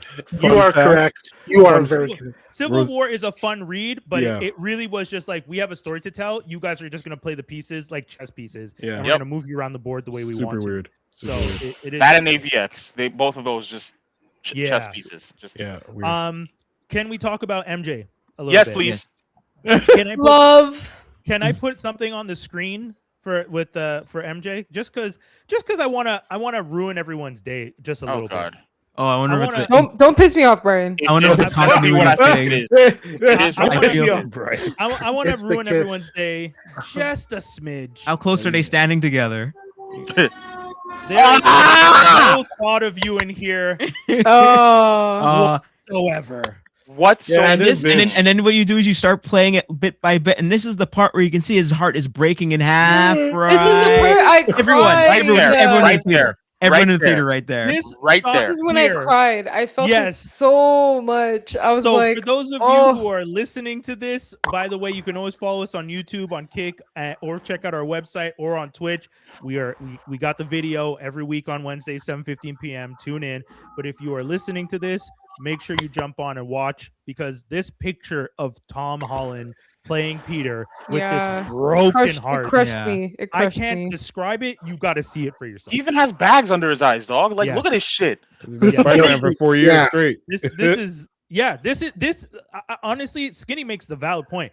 This is a picture of a Spider-Man who's been doing Spider-Man and not being a person for 4 years. Yeah. He's been watching his loved ones and his friends hang out and grow live their without lives completely without him through social media. He's been just in the street.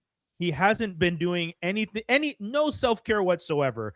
And this is right before this moment, you get this really messed up moment where, go ahead, Peter, touch her. That one. Fuck. How did you get this? Fucked. Like Jean Grey. This was one of those moments where I was like, not my Jean. Because there's no way Jean would go, I lost my sister. It's one of the most heartbreaking things I've ever had. And turn around and be like, hey, you know what? How about I bring you back to those moments with that person that you love and rip that away from you? Yo. Sinister. That scene broke my heart. Yeah. Broke my heart. This is dark.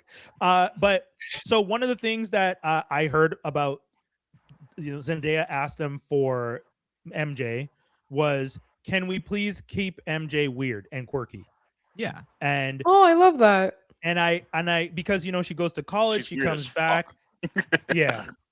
She's beautiful and she's weird. It's kind of like the thing that they did where they kind of tried to make her less attractive in the earlier movies, where she's kind of just Michelle and Jones. It still didn't work. It didn't really work. You know what? I feel like MJ probably knows she's good looking, so she gusses herself down on purpose. Yeah. It's almost like Method Man from Wu-Tang. Method Man's a good looking dude, but he purposely doesn't want to attract that kind of energy to him, and he purposely and then when he does look good, all of a sudden you notice just women just on him, and he's just like, I got a wife and I want to keep all of it. I want to keep all you away from me with a stick. Yeah. I can relate. Yeah. I just loved like I'm saying I can relate to MJ, like how I don't know. There's something icky about like people talking about your attractiveness or like right. Yeah. People make like a thing about it, So I love that MJ's character is so true to I'm weird. This is how I am. I'm awkward. Like and for the comic book people, we know MJ to be a model. Like that's her story. Yes. So for them to rewrite MJ as like I didn't know that. MJ the comic book is a model. Like she's fully she was long. Yeah, she's Venom now, isn't she? Yeah. Yes, she's Venom now. That's cool. Wow. Yeah. No, but I mean, I'm talking about Don't worry about it. Don't worry about it. Don't worry. The only reason I'm talking about her being a model in the timeline of when he meets her, spoiler, relative to this movie, this is the same timeline. Let's say where she would still be a model, if you know what I mean. If we're doing one for the OG story. Oh my god! Now that you guys told me that, I'm thinking so many things. And then on top of that, I like that she's Venom. But they only just did that recently, and she's not a bad Venom. It's been a year. It's been a year and some change now, and it's not horrible.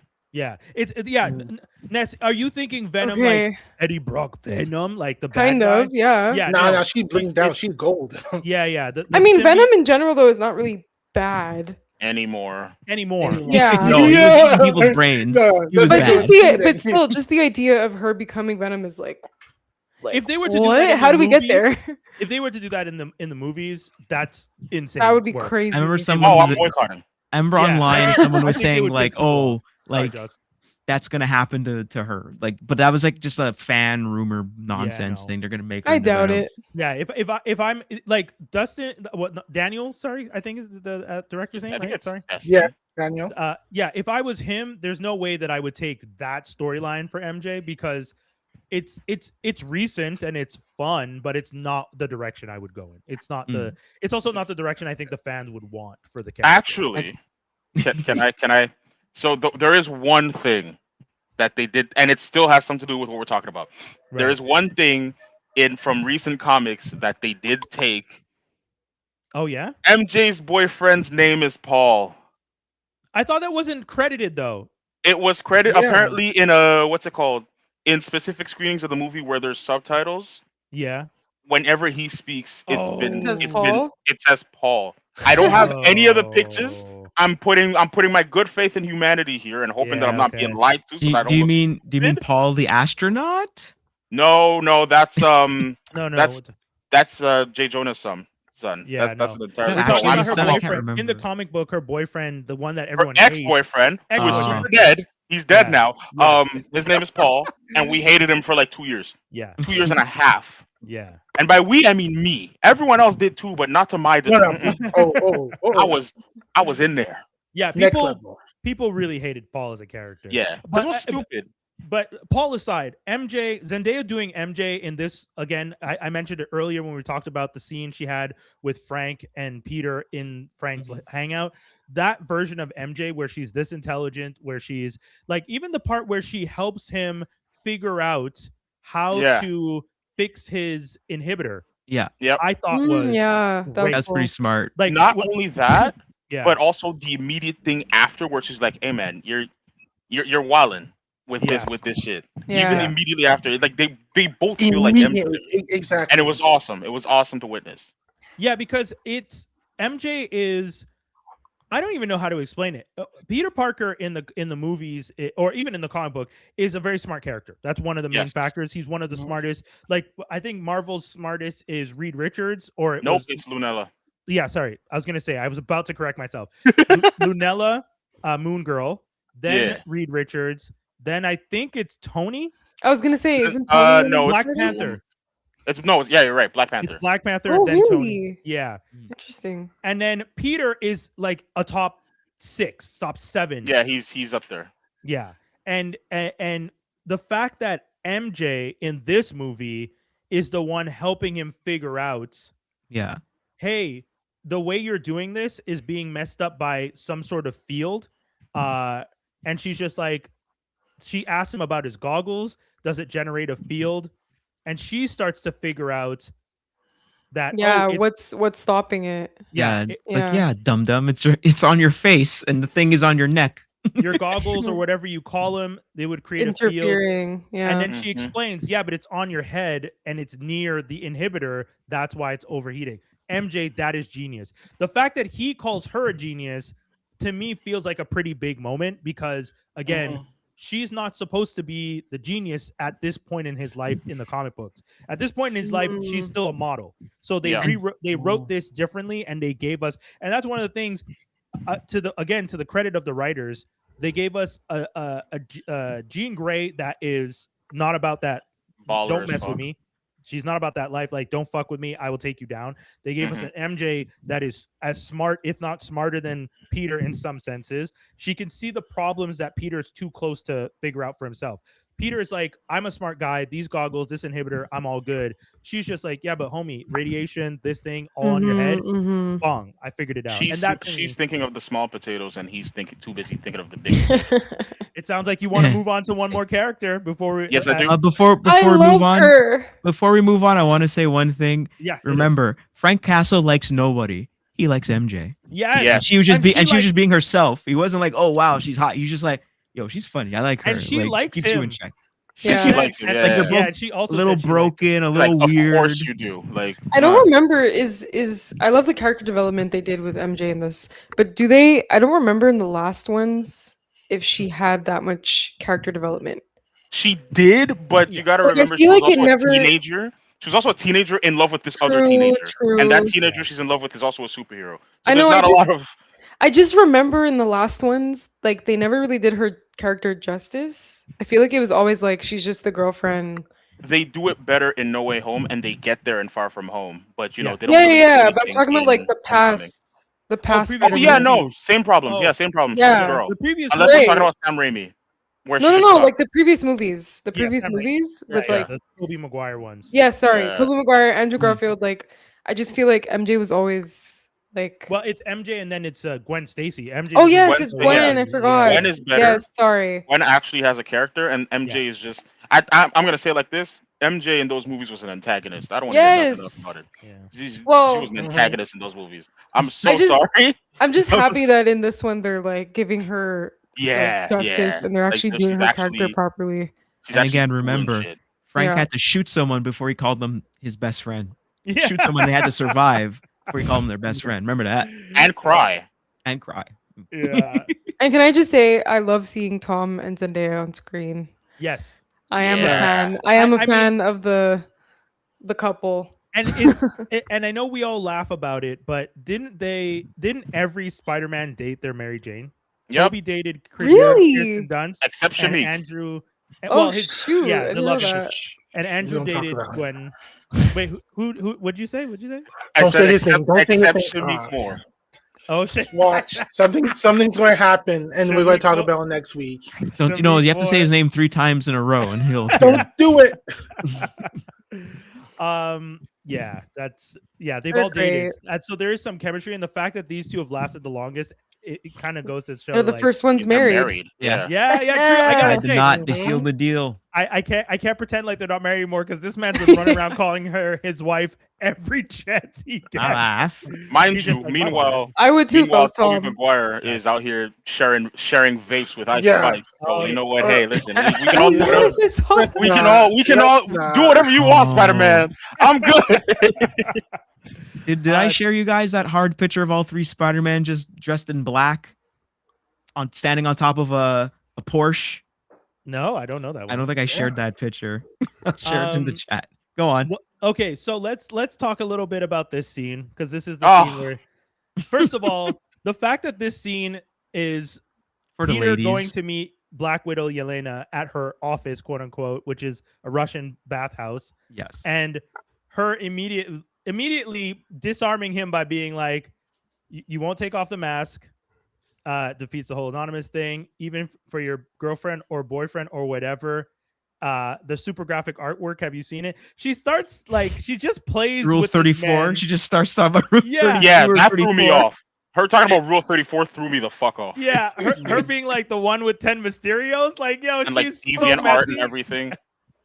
Like, please stop bringing this up. Were you guys surprised when she showed up? Like, what? How did you? Yeah, I was. Yeah. Yes, I heard nothing. Not really, actually. Okay, cool. Because I was fully surprised. So, I mean, they do a lot of cameos, I feel like, in Marvel. Yeah, no, they do a lot of cameos, but that's when I wasn't. But her character specifically, I feel like she's gotten a lot of, I guess, likeness in the last few years, especially with Black Widow. Yeah. So I'm not surprised that they're bringing her back. I have a feeling she's going to become more important than Black Widow. 100%. Yeah, Natasha was boring. Right. No, okay.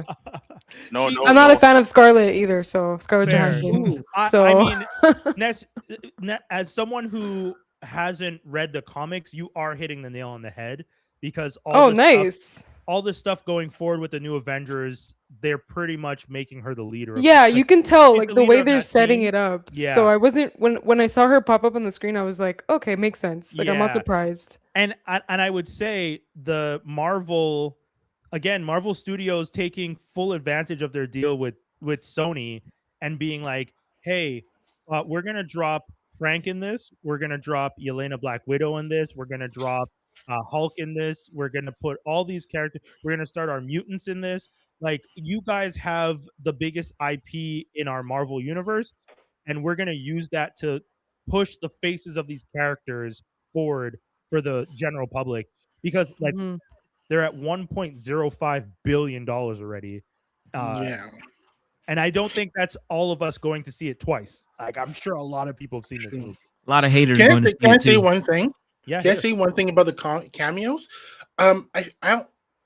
Typically, other Marvel films, when they have like cameos, I just feel like they're kind of like pushed in, like they're forced. Like, oh, you need to include this character. In this film, it felt like it just felt natural. It felt like everybody is like, oh, my neighbor. I'm just going to check out my neighbor. You know, it felt very organic.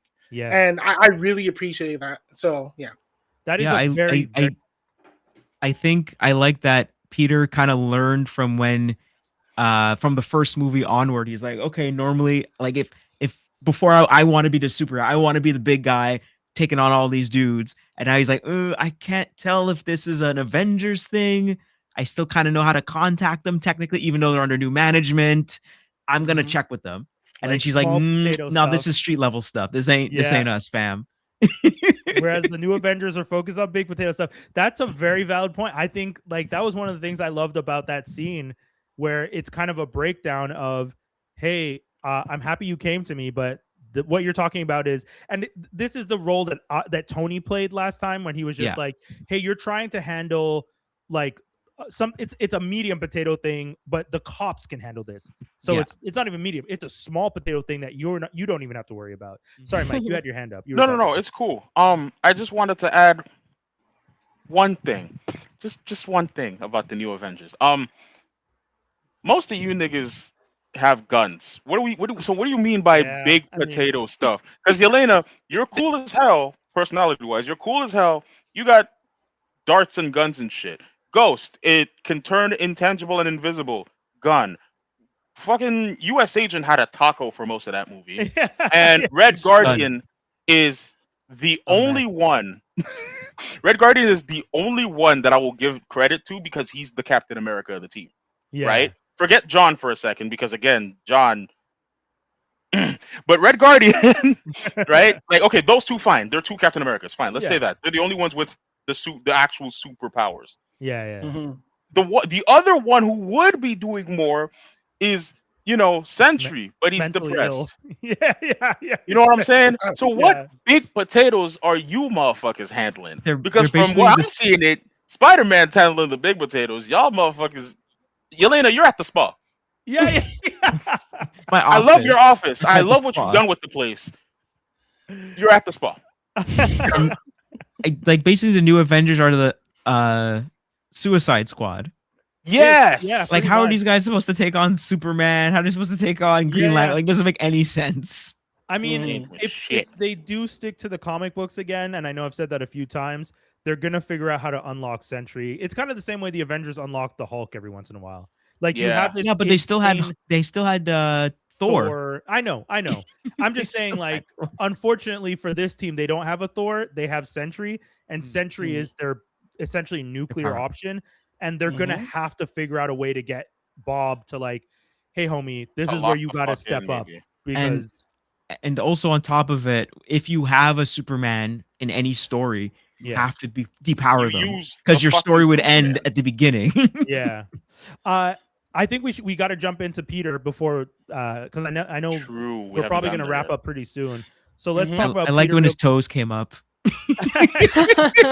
Just like whoa. She's funny. Like she's talking. He gets. Are you serious? He's like, oh, sorry. Just brings him down. It was a cute scene though. I mean, it is fun. So Peter Parker, Tom Holland.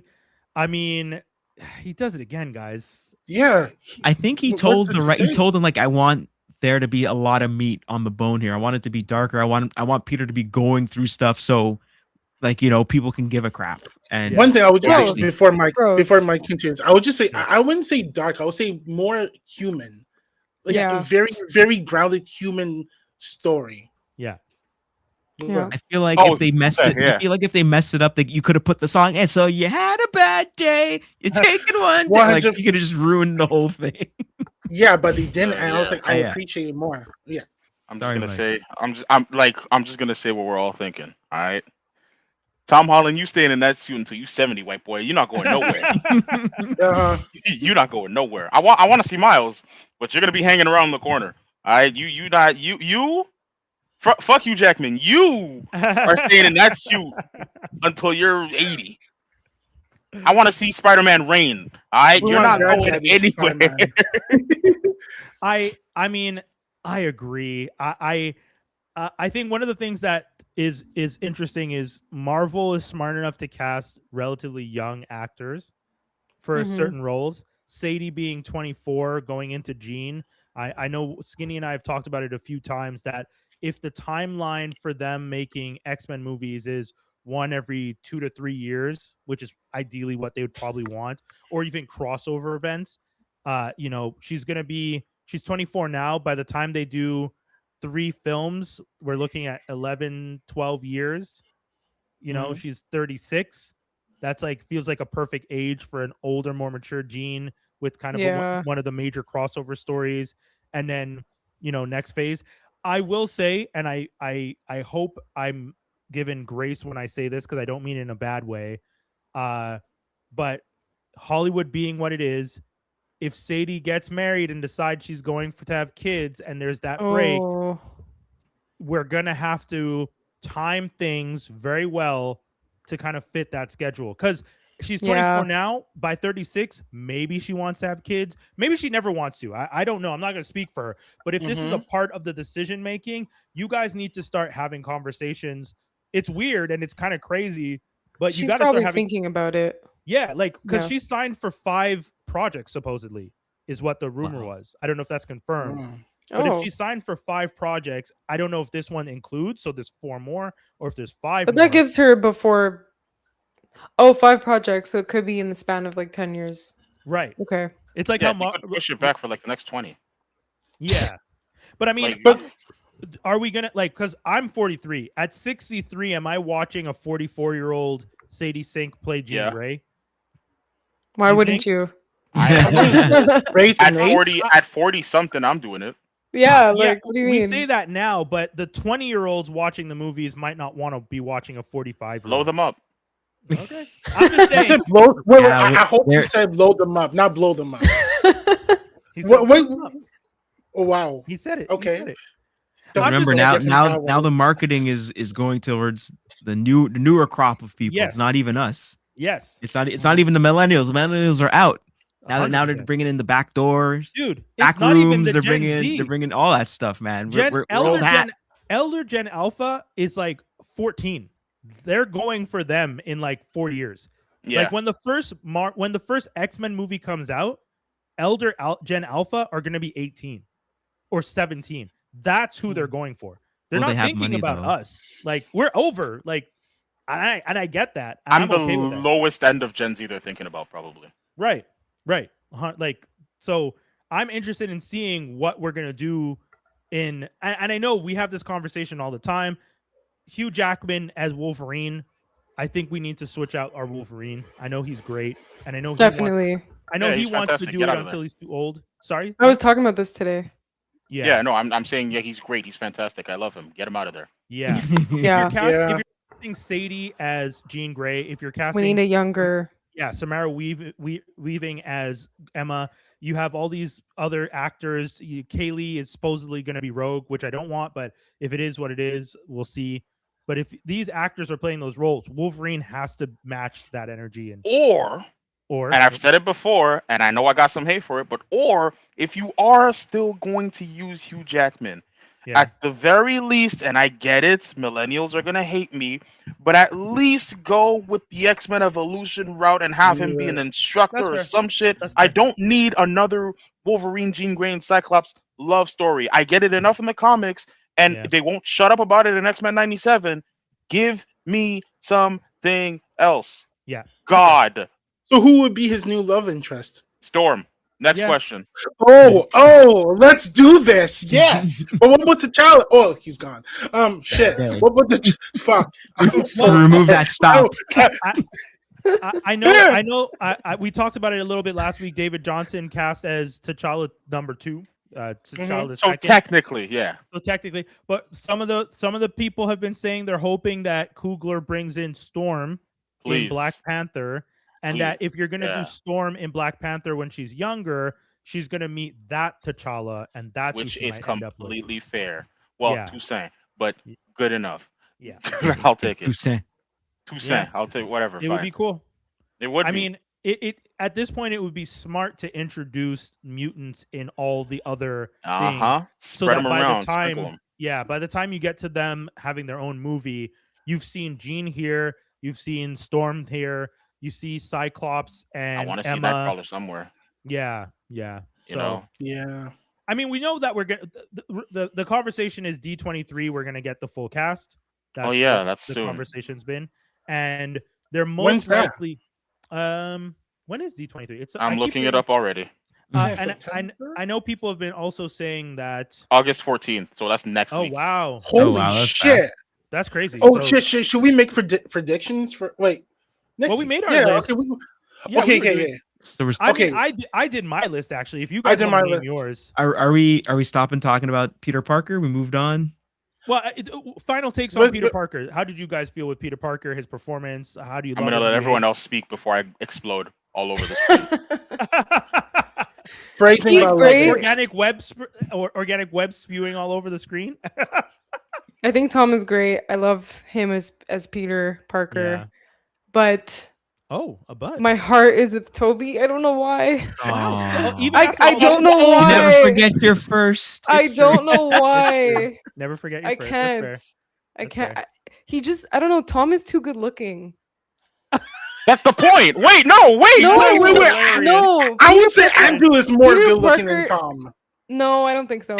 No. Are you? No, Mike. Are you kidding me? Sorry. I think Peter, I mean, correct me if I'm wrong, because I don't know and haven't read the comics again, but I feel like Peter Parker is not supposed to be pretty. Like he's supposed to be just like quirky. I mean, he's okay looking. He glows up though. Right. He's supposed to be like an average kid, no? Well, yeah. When he's younger, he's not that. He's not like if anything, it's pretty nerdy. It's not pretty that glasses. He's nerdy, but I'm talking about like look wise. It's not that he's not good looking. It's he has no skills whatsoever. Yeah. So even if he has socially awkward, he's not confident. He's not. Yeah. Which Tom he's doing it. Tom is great at it, and I'm seeing it. But what I'm talking about is, at the end of the day, Tom is too good looking, in my opinion. Like, did you feel in the first Homecoming movie, Tom was too good looking to be an awkward teen? No, he was still an awkward teen. That's not what I'm saying. I just feel like I don't know, like in real life, I don't picture Tobey Maguire as Tom Holland. Like in real life, Tom Holland is getting girls, even if he's awkward. You know what I mean? Like he's a good looking guy. He has a model face. I would say people said the same thing about Andrew when he got cast. People were saying Andrew Garfield is too handsome to be Peter. Yeah. I didn't love Andrew, to be honest, as Spider-Man. Like that's fair. He's probably my least favorite. Too much Brits playing Spider-Man. Bring back the Americans. Wow. Two things. One, they did make fun of that in the movie, by the way. Is Spider-Man British being on Ned's noteboard? Yeah, that was by the way. That's awesome. And two, the only reason the valid critique of Andrew being too good looking in there is because yes, he's way too good looking in the Amazing Spider-Man 1. Amazing Spider-Man 2, okay. Amazing Spider-Man 1, he's a teenager. Yeah. Like, and he's like really handsome in it. He's really handsome in there. I know. Whereas Tom Holland, you're actually seeing the growth, right? Yes. Like you actually see the glow happen. And also, Peter Parker in the comics is known to be attractive. Like good looking. Not model good looking, but like where Tom Holland is. Where Tom Holland is now in the story, as they used to say, he's soft on the eyes. Like he's good. He's like a person you would enjoy looking at, especially with the way they dressed him up in the movie compared to how he dressed himself up on red carpets and shit. Trust me, in this movie, he is like to aunts everywhere. There was an auntie sitting next to me on my first watch, and she wouldn't shut the fuck up. So I promise you, he's easy on the eyes in this movie. Whereas as a kid, people would like him, but like he was a wallflower. I will also say in this movie. I'm not gonna lie. I look at pictures of him in this movie. I think he's and pictures of him like more than easy outside, and I'm like, he's ugly in this movie. He looks more he's uglier in this movie. He's way uglier in this movie than he is when I see him outside. I wouldn't say that. I would say like real shit. The best he looks in this movie, funny enough to me, is when he is inside his own head, and talking to Aunt May at the end in the black. Because hoodie. He was young. Yeah, no, not that part. When he's the older self that sits next to Sadie. I was just like, he looks like in the hoodie where he's just like he was like done up a bit. Yeah, I saw that. They did his ass up. Yeah. This is what I'm saying. Like, why are you so glowed up in your imagination? Because it's in my imagination. I can look glowed up. This is how I look. I don't know. I just think this unibrow and my hair. I think acting wise, Tom does it the best. 100%. I give that to him. But like look wise, I think Toby is he's Spider-Man in my mind. So you call him ugly? No, I don't think he's ugly. you call him ugly? No, I don't think he's ugly. I'm saying Tom Holland to me is he's too polished, like that, bro. Why are you showing off the chest and the shoulders? He's swollen this movie. Yeah. Do you guys understand what I'm saying though? Like I hear where you're coming from. I just think Tom is too polished.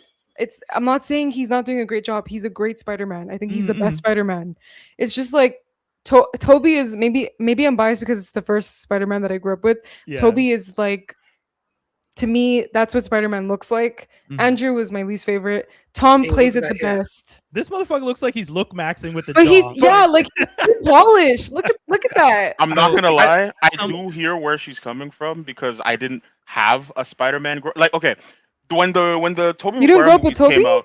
Well, I grew up with Toby, but like this is like we're talking about from like 2 years old to like 7. Right. You know what I mean? So I didn't really have much. I didn't have. You know what I'm saying? The Spider-Man I grew up with technically is Josh Keaton in Spectacular Spider-Man. Yeah, so that's a good one. That's a good one. So the way I'm seeing it, Tom Holland is the closest thing to my Spider-Man as I'm gonna get.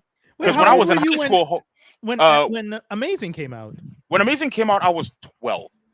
But when I tell you, I did not listen. If I wanted to watch a Spalding basketball swing through the air, you know what I'm saying? I just fucking edit it myself and do it. The Spider-Man movies weren't horrible, but I didn't have the brain capacity back then to watch them and not criticize every fucking thing they did. Now I acknowledge them as good. But like when I was 12 and 14 watching those Spider-Man movies, I'm not gonna lie, I did not react the way I'm reacting now to this movie. You know what I mean? Same. But it's all I'm saying, saying is that in the Civil War, okay, even though we don't like it, when he does confess that when he reveals himself to the world, that I'm Peter Parker, I'm Spider-Man. This one, look at him. Okay. Boom! You can't tell me Tom Holland, Come on! He is that's drawn Tom to Holland. That's fair. That's fair. He has. They don't. But by the way, I just want to point out that I don't. Eyes in the shot. I don't think Tobey Maguire is ugly. I just want to point that out. It's just I just meant that he's just facially challenged. He suits. It's okay. No, I just think he feels more like a human, like a regular human. It's like okay, a regular dude on the street. Like you wouldn't think he's Spider-Man. Like Tom Holland is look-wise. Challenge is hilarious. You know, it's part of the reason Zendaya's with him. He looks like a model. I mean, so, shit. Fair. It's pulling you up because you know who his wife is, and that's throwing you off. Yeah, honestly, I do feel like he gets. They're both models. Sure, but he gets a bonus for the fact that the woman next to him is like one of the most attractive women in Hollywood.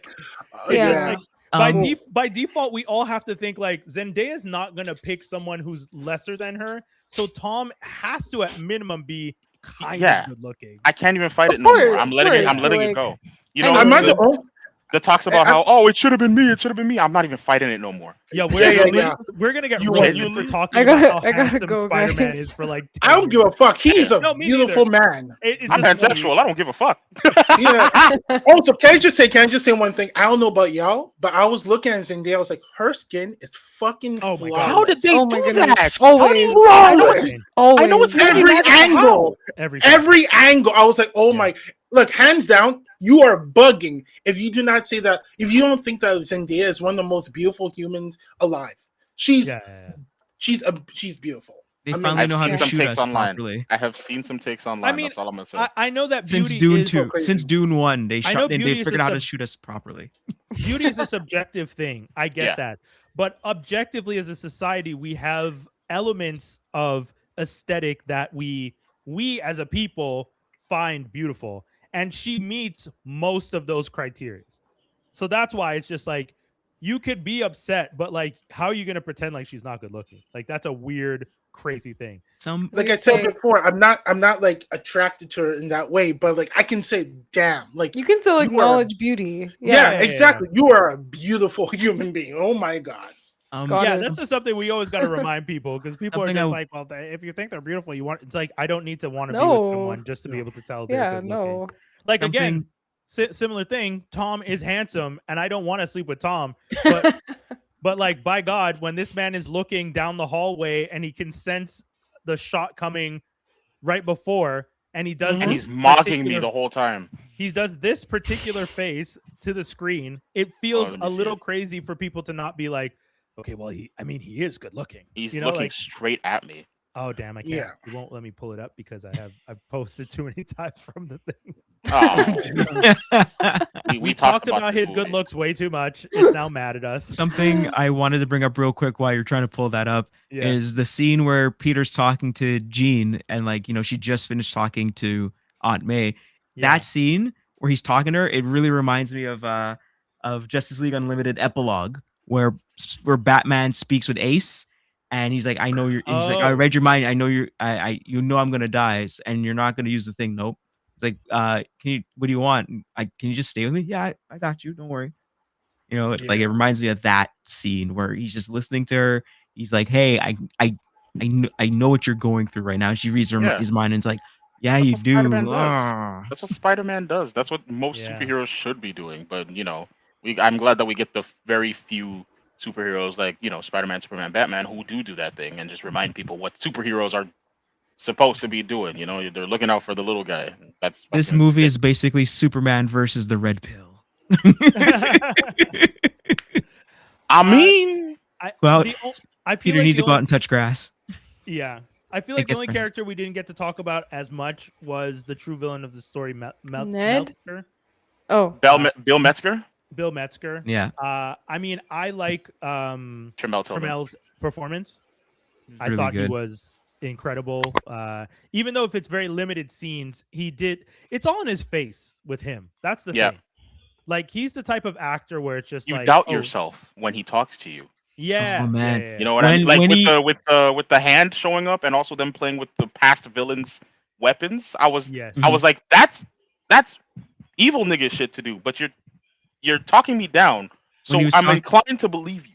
Yeah. But I got my eye. When he was talking about Sarah, and it's like, oh, she was in my mind, and blah blah blah blah blah. And I'm like, he's lying. He lying. I know he's lying. I know he's lying. But he's still somehow finding a way to convince me that he's telling the truth. And you know what? I gotta support a brother. I gotta support a brother. He lied like shit, but I'm gonna support the lie. Exactly. I'm very happy that he didn't die. You know. Same. Antagonist, next antagonist. Exactly. And not only that, because he's like a black man in a high position. I don't want him to die. He can recover. He's a black-owned business. We got to support. You know what I'm saying? Exactly. Worked his ass off to get there. And funny enough, because they didn't get rid of him, and because he saw what Jean is, I do think he gets to come back into play in the X-Men movie. I think he does. Team up with Stryker. I mean, you kind of have probably not Stryker. Maybe not Stryker, but you do need his character doing the DOD stuff and essentially taking over for what Stryker and them dudes do.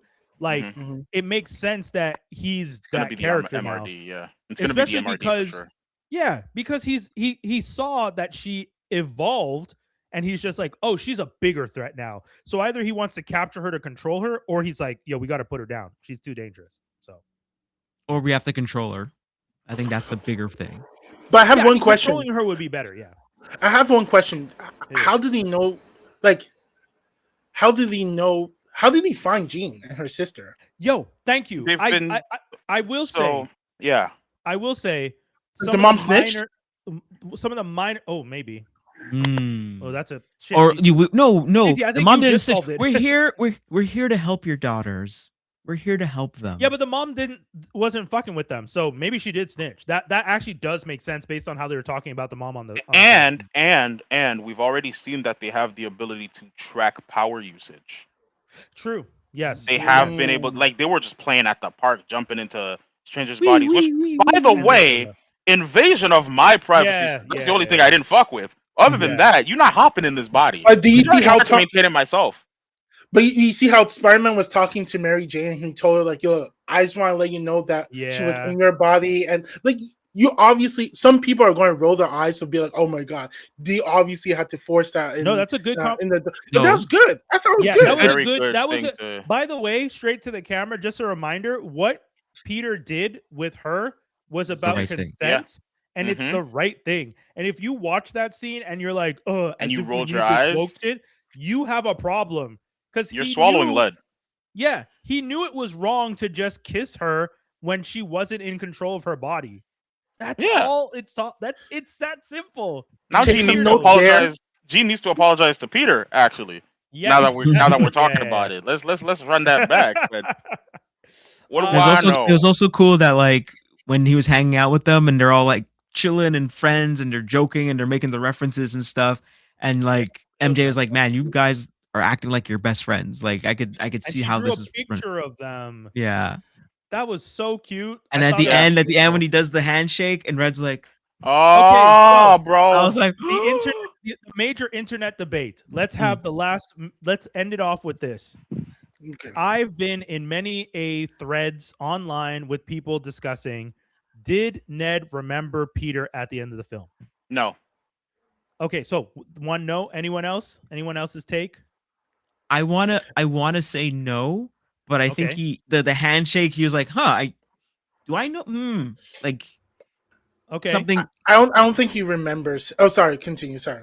No, that was it. I don't think he remembers, but I think he knows the motion of the hand. You know, like just muscle memory. You know, exactly. Yeah. And I think from there, it's just going to start this path where he's going to ask Peter, why do I know this handshake? Right. And after from there, it's going to be the foundation where they're going to build a new friendship that's going 100%. To be stronger.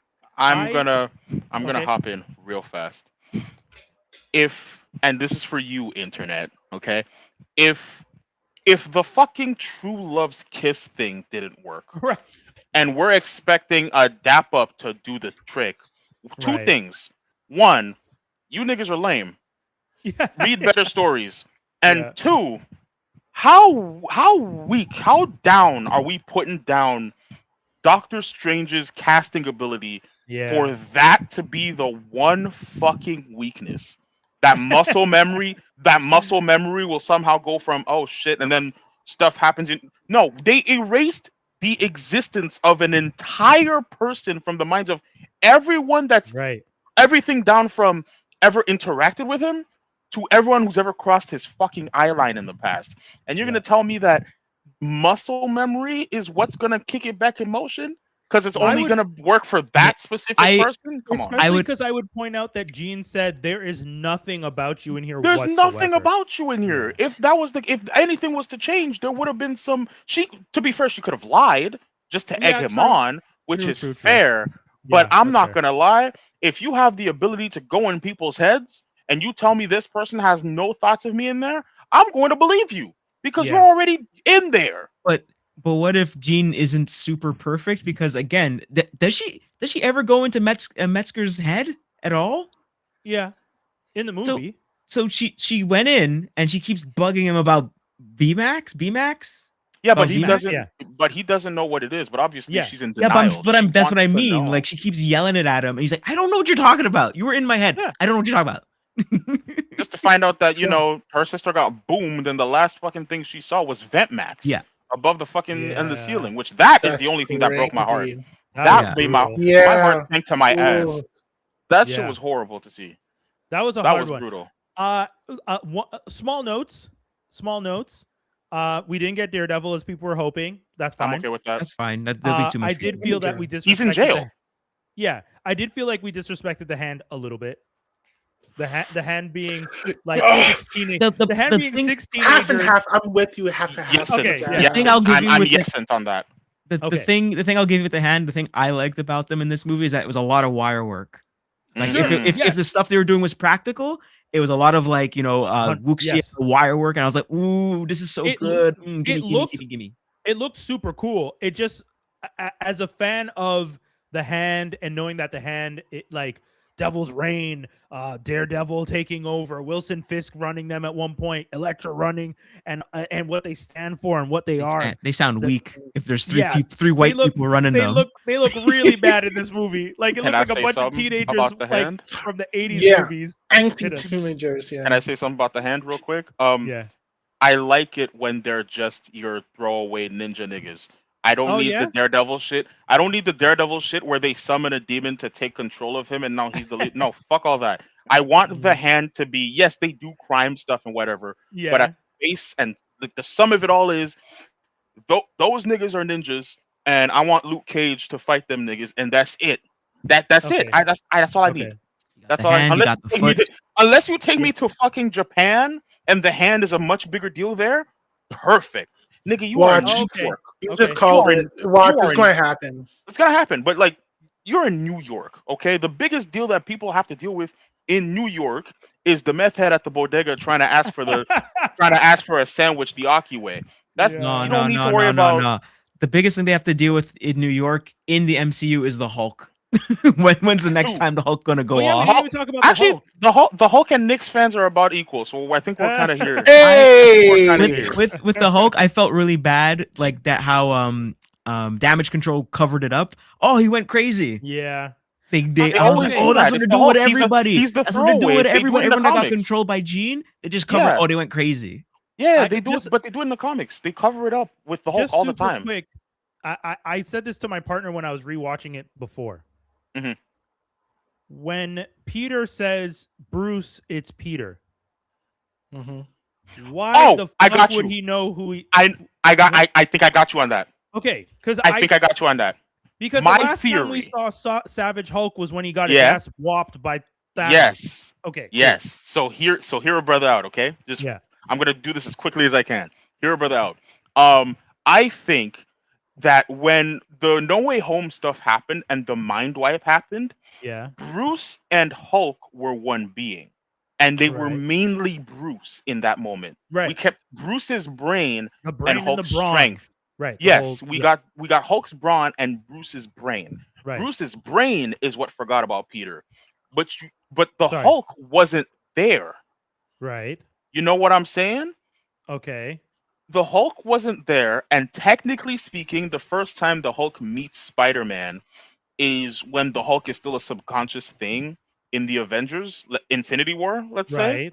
Right. He's aware of Spider-Man's existence. He knows who Spider-Man is at that point. So But what you're describing is the thing that happens in the comic book. Right, because in the comic book, that's the whole thing, right? When they have an interaction, and at one point, Spider-Man says to him, "You remember me?" And he's like, "Hulk, don't forget." Like, the whole point is like the Hulk doesn't forget you. And I think I would like for that to be the case here. I thought it was like a Martha moment from from Batman stupid. Yeah, but no offense. Not saying what you're saying is stupid. I'm saying like if they made that a Martha moment for the Hulk, again, it lowers how Marvel magic works. Right. And I don't think we should be taking pot shots at different places of the universe where we're making tech better than magic in a comic book movie. We shouldn't do that. Right. That's a horrible idea. When Peter introduced himself to Banner, did he say his name is Peter, or he went by a different name? No, he said Ned Leeds. Oh, he said Ned. He used Ned's name. Yeah. Yeah, he called himself Ned Leeds. That's the thing. So, because I was like, when I was watching it earlier today, and I even paused at that scene because I was just like, in my head, I was just like, the last time the Savage Hulk existed, Thanos beat him. When he got to Earth, he had all those interactions. Spider-Man doesn't meet him in Infinity Wars because Spider-Man is in space with Tony and Doctor Strange. So he kind of does, though. Remember the Central Park fight when he first gets there? Oh, like we don't necessarily have a shot of them talking, but like they were in the same space. So logically, I'm thinking, okay. You know what I mean? Yeah. I'll finish it off because we pretty much. Oh yeah, someone. People are asking, how do you pause, guys? I didn't watch it another time in the theaters. I may have acquired information and watched that from sources. I would love to have gone to see it again, but in the time allotted today, I could not. I am, however, planning to see it again next week. So, and hopefully when I go to New York, I'm still planning. I'm also going to try and convince my cousins to go see it at Alamo House again when I'm in New York. Because that was a fun time. Go see Spider-Man in oh, you better go see it in Queens and hear people go brah, brah, brah. I dream of seeing a Spider-Man movie in New York. You want to hear what crazy thing I did? When I saw Far From Home and I walked out of the Lowe's Theater, I was at the Lowe's Theater at the corner where the movie ends. So I walked out of the theater and I turned right and walked to the corner. I was like, wait, this is where the movie ended. And I was in front. I know I'm at. Yeah, I was in front of Madison Square Garden. I was at the lamppost where he's standing, and I was just like, this is crazy. Like walking out of the movie and then walking and being in the same spot felt nuts. So that was fun. That's gas. I just wanted to end this off by giving a shout out to my colleague Felicia at work, because I said this earlier and I wanted to run this by you guys too. I was explaining Incursions to my colleague Felicia, who had just seen Spider-Man, because I was trying to give her a rundown of what she can expect for Doom. And I was explaining a very specific part of the Incursions, which I want to read because I feel like it's important to the point that I want to make. So I'll pull this part up here. So the single bit of good news here is that we should be able to detect when. So this is Reed Richards explaining the Incursions to the rest of the crew. So he's explaining it to the Illuminati. For those of you who don't know, it's a long story. Black Panther finds out there's Incursions. He calls up the Illuminati. He says, hey, yo, we got some problems. They come through the crib. They're all hanging out. By the way, at this point, Namor has murked a lot of Wakandans, so there's bad blood between those two. So it's having the ops in the house is not fun. The vibes are off. But all this to say, Reed Richards interviews Black Swan. You don't know who she is. She's an important character. Don't worry about it. When he's interviewing her, he finds out that specifically before they begin the Incursions, a very short period of harmonic alignment, which is what allows the two Earths to exist in the same space, happens. Right? So her and I were talking about Spider-Man. I explained this part of the Incursion to her. And the first thing my colleague Felicia said, once again, shout out to her. She says, oh, is that why the spider tracker shows another Spider-Man? Is it that there's an incursion and the networks connect and that you see the other Spider-Man on the other Earth? And I said, bitch, what the fuck? You just blew my fucking mind.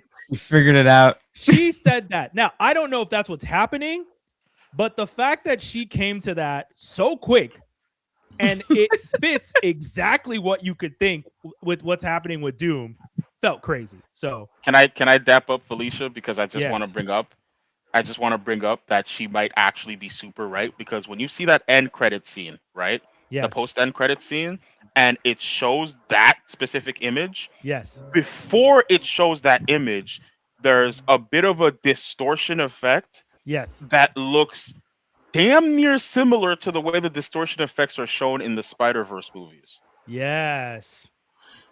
I'm just saying. Listen. I mean, Felicia's Hey. I'm explaining incursions. She's giving me whole concepts of where the next movie's coming from. Like That's what I'm this was saying, going on. bro. Like, man, I love movies. Guys, that's pretty much the whole show. We are about to touch 2 hours, so I'll wrap it up before we do. I want to thank everybody for tuning in. Anything you guys want to tell the people before we sign out? Any major things you want to say? I'll say check out Transformers Slag and the Toramado podcast with Aaron Archer on YouTube. Yeah. New Reasonable Troublemakers came out yesterday. Go ahead and check it out. Bong. Mike? I'm not at Crossover Comics. I'm technically on work leave, but you should still go check them out for all your comic book needs. I'm just saying, 3560 Rue Notre Dame West. Lock the fuck in. And to everyone who's tuned in and been watching throughout this whole episode, we want to thank you guys for jumping in. I know we didn't get to the comments a lot. Shout outs to Lee J, shout outs to Youssef, shout outs to Felicia, shout outs to Anne-Marie, shout outs to all the people who told me they were going to check in for this first time watching us, who wanted to see us break down this Spider-Man movie. We appreciate you guys tuning in. We'll be back with another one soon. Make sure to keep following all our socials and all our stuff on geekcypher.com, GeekCypha. We appreciate y'all. We're out. Peace, everybody.